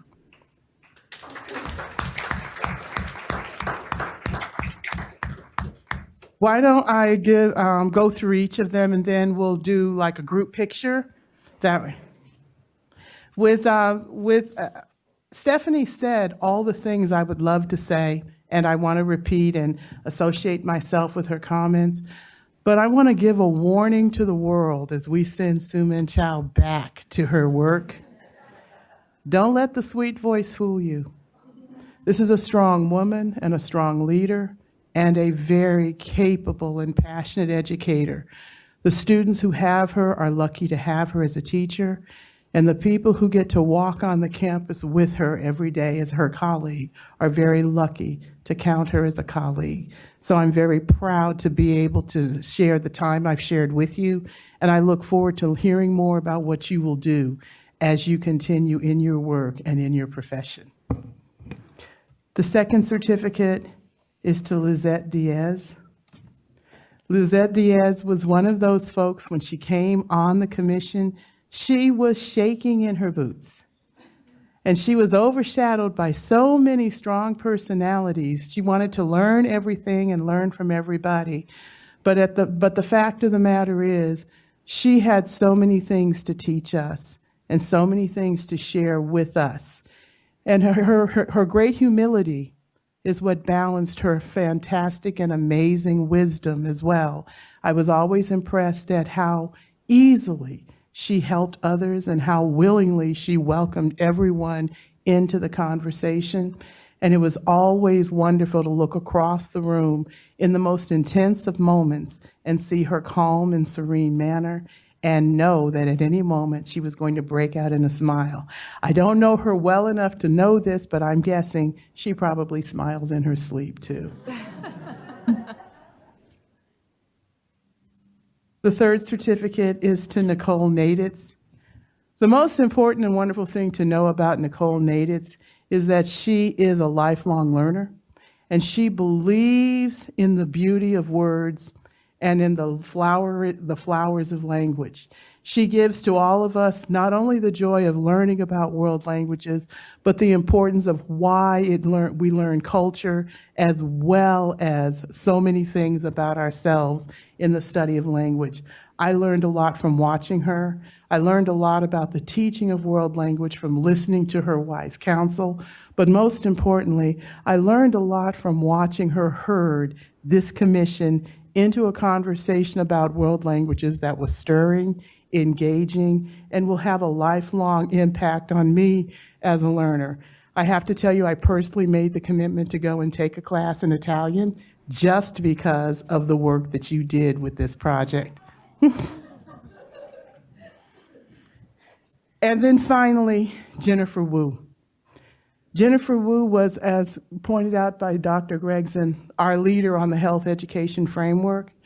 The fact of the matter is, California has been famous for doing a lot of things in its own unique way, but the fingerprint that Jennifer put on the health framework and our understandings about the principles of instruction and the work that we are guided to do by this framework will have a lifelong impact on many students long after she's gone and long after she's retired, and that's a legacy she can be proud of.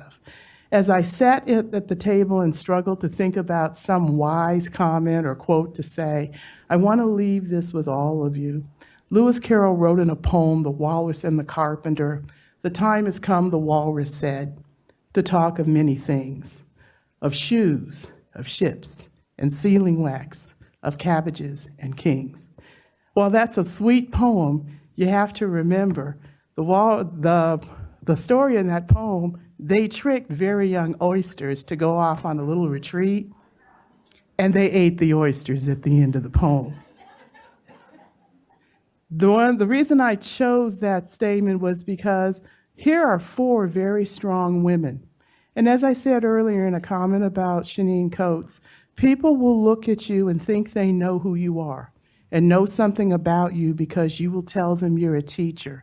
But you are now more than a teacher, and the fact is, you always have been. I encourage you, when you go to your work and you continue in your endeavors, use the voice that you have honed and sharpened on this panel to continue having the impact and leading the influence on the decisions that are being made, not only in your district, but that will have a reverberating and widening effect on a lot of students. Thank you very much for your time. I so admire and respect you, and like Stephanie, I would like to be just like each one of you when I grow up. Thank you very much.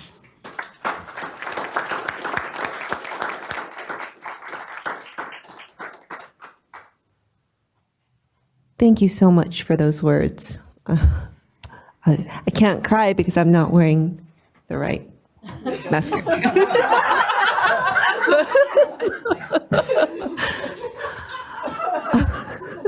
It's like, I must flip that.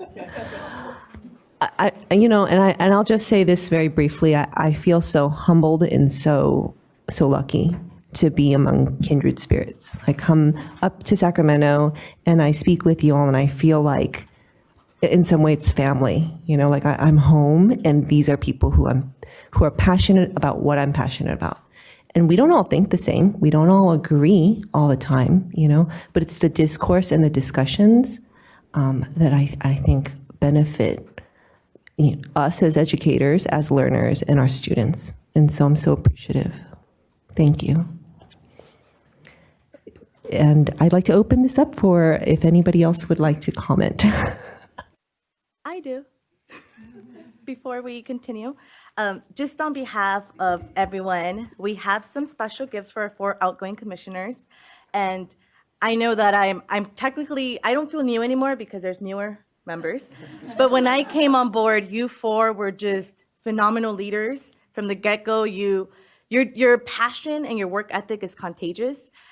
She's right. I did take note on how to take notes when I'm looking through applications through you.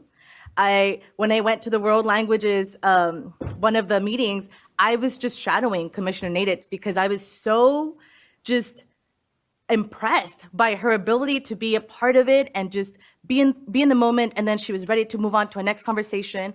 It was just so impressive. And I have the pleasure of working with some amazing educators, but I come here to really be inspired. And you 4 have been just tremendously inspiring to all of us. So on behalf of the Commission, in appreciation for your dedicated service on the IQC and on behalf of all of California's children, thank you for your service too. So we have some gifts, and then we also have another special gift. Well, it's a little known fact that I did my orientation with these 4 fine ladies, and then I waited a year till my assignment happened. I cannot imagine you 4 not being here. You're a bedrock. And I feel like crying too, but I also have a gift for you. So I'm going to come up. Well, it's from Sunshine and Melanie and myself in memory of Dean Reese.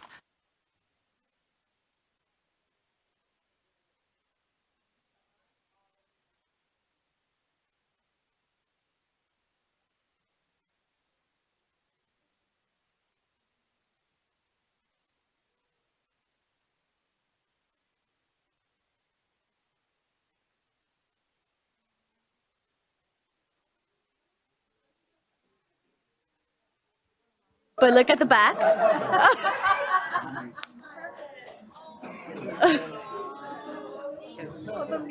Yeah, it's all the work that they, yes.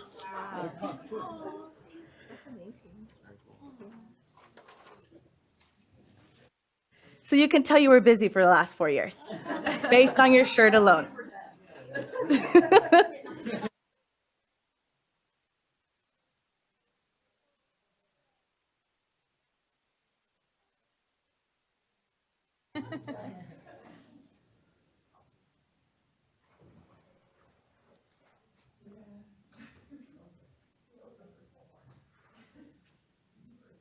Well, I'll always start yammering if you call me, if I turn on the mic. I guess there's really, it's difficult to find words that haven't already been expressed. But from my perspective, what I will share is that I feel so honored and blessed to have been part of this amazing work, to stand on the shoulders of so many that have gone, before us. I remember as a new commissioner looking up to Dean and to, Lauren and wondering, Bill and thinking, oh my gosh, I'll never be able to do any of what they do.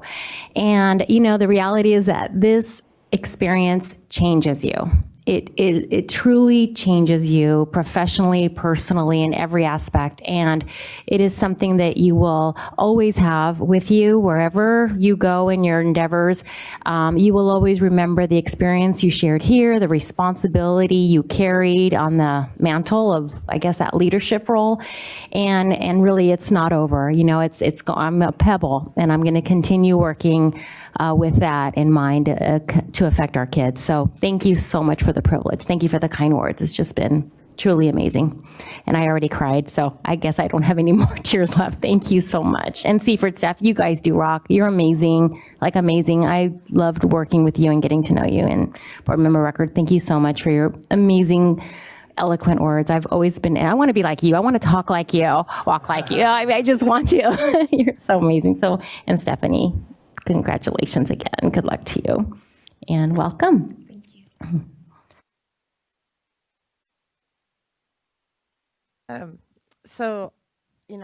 As we've been, all of us, thinking back on our work and actually kind of echoing what you said, I had very much the same feelings. I remember looking at the dais when I first got here and thinking, listening to everybody and just being so amazed at every person and it's not even just their passion, just the courageous conversations, the inspiration, the questions.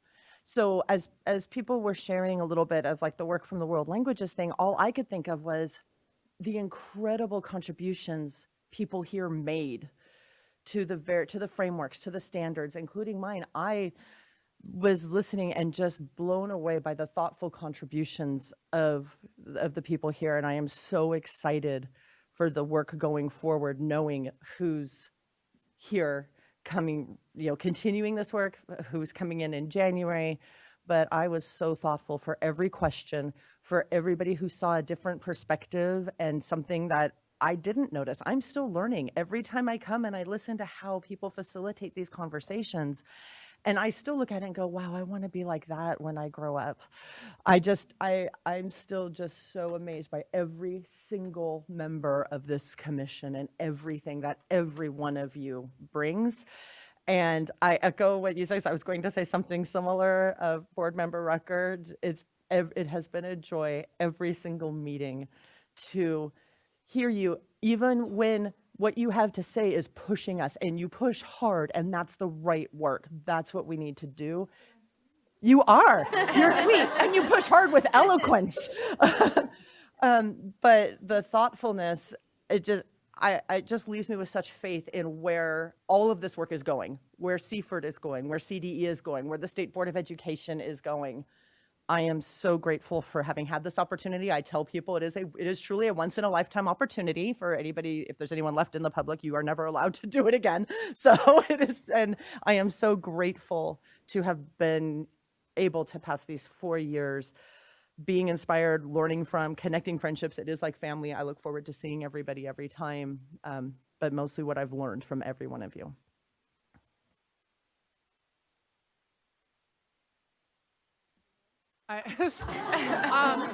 It's so much has been said.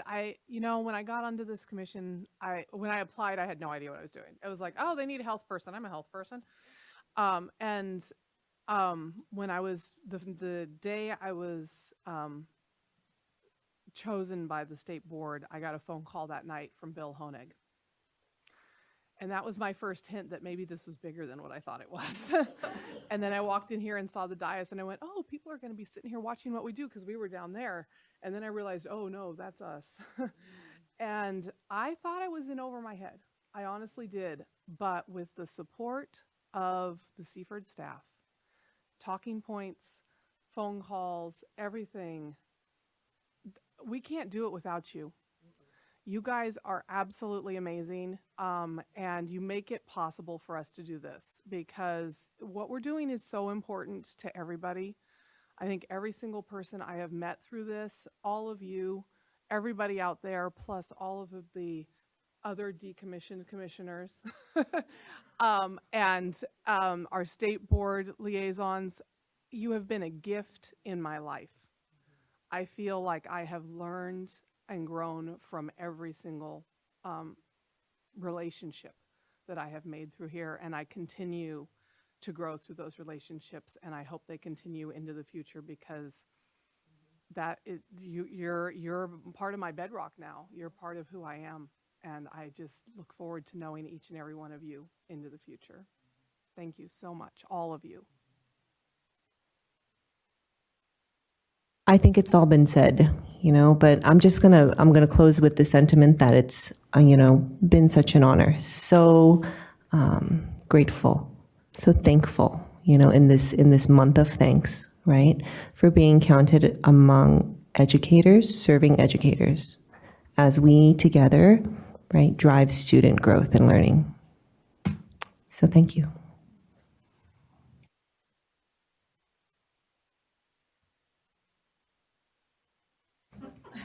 So now we're going to adjourn the meeting.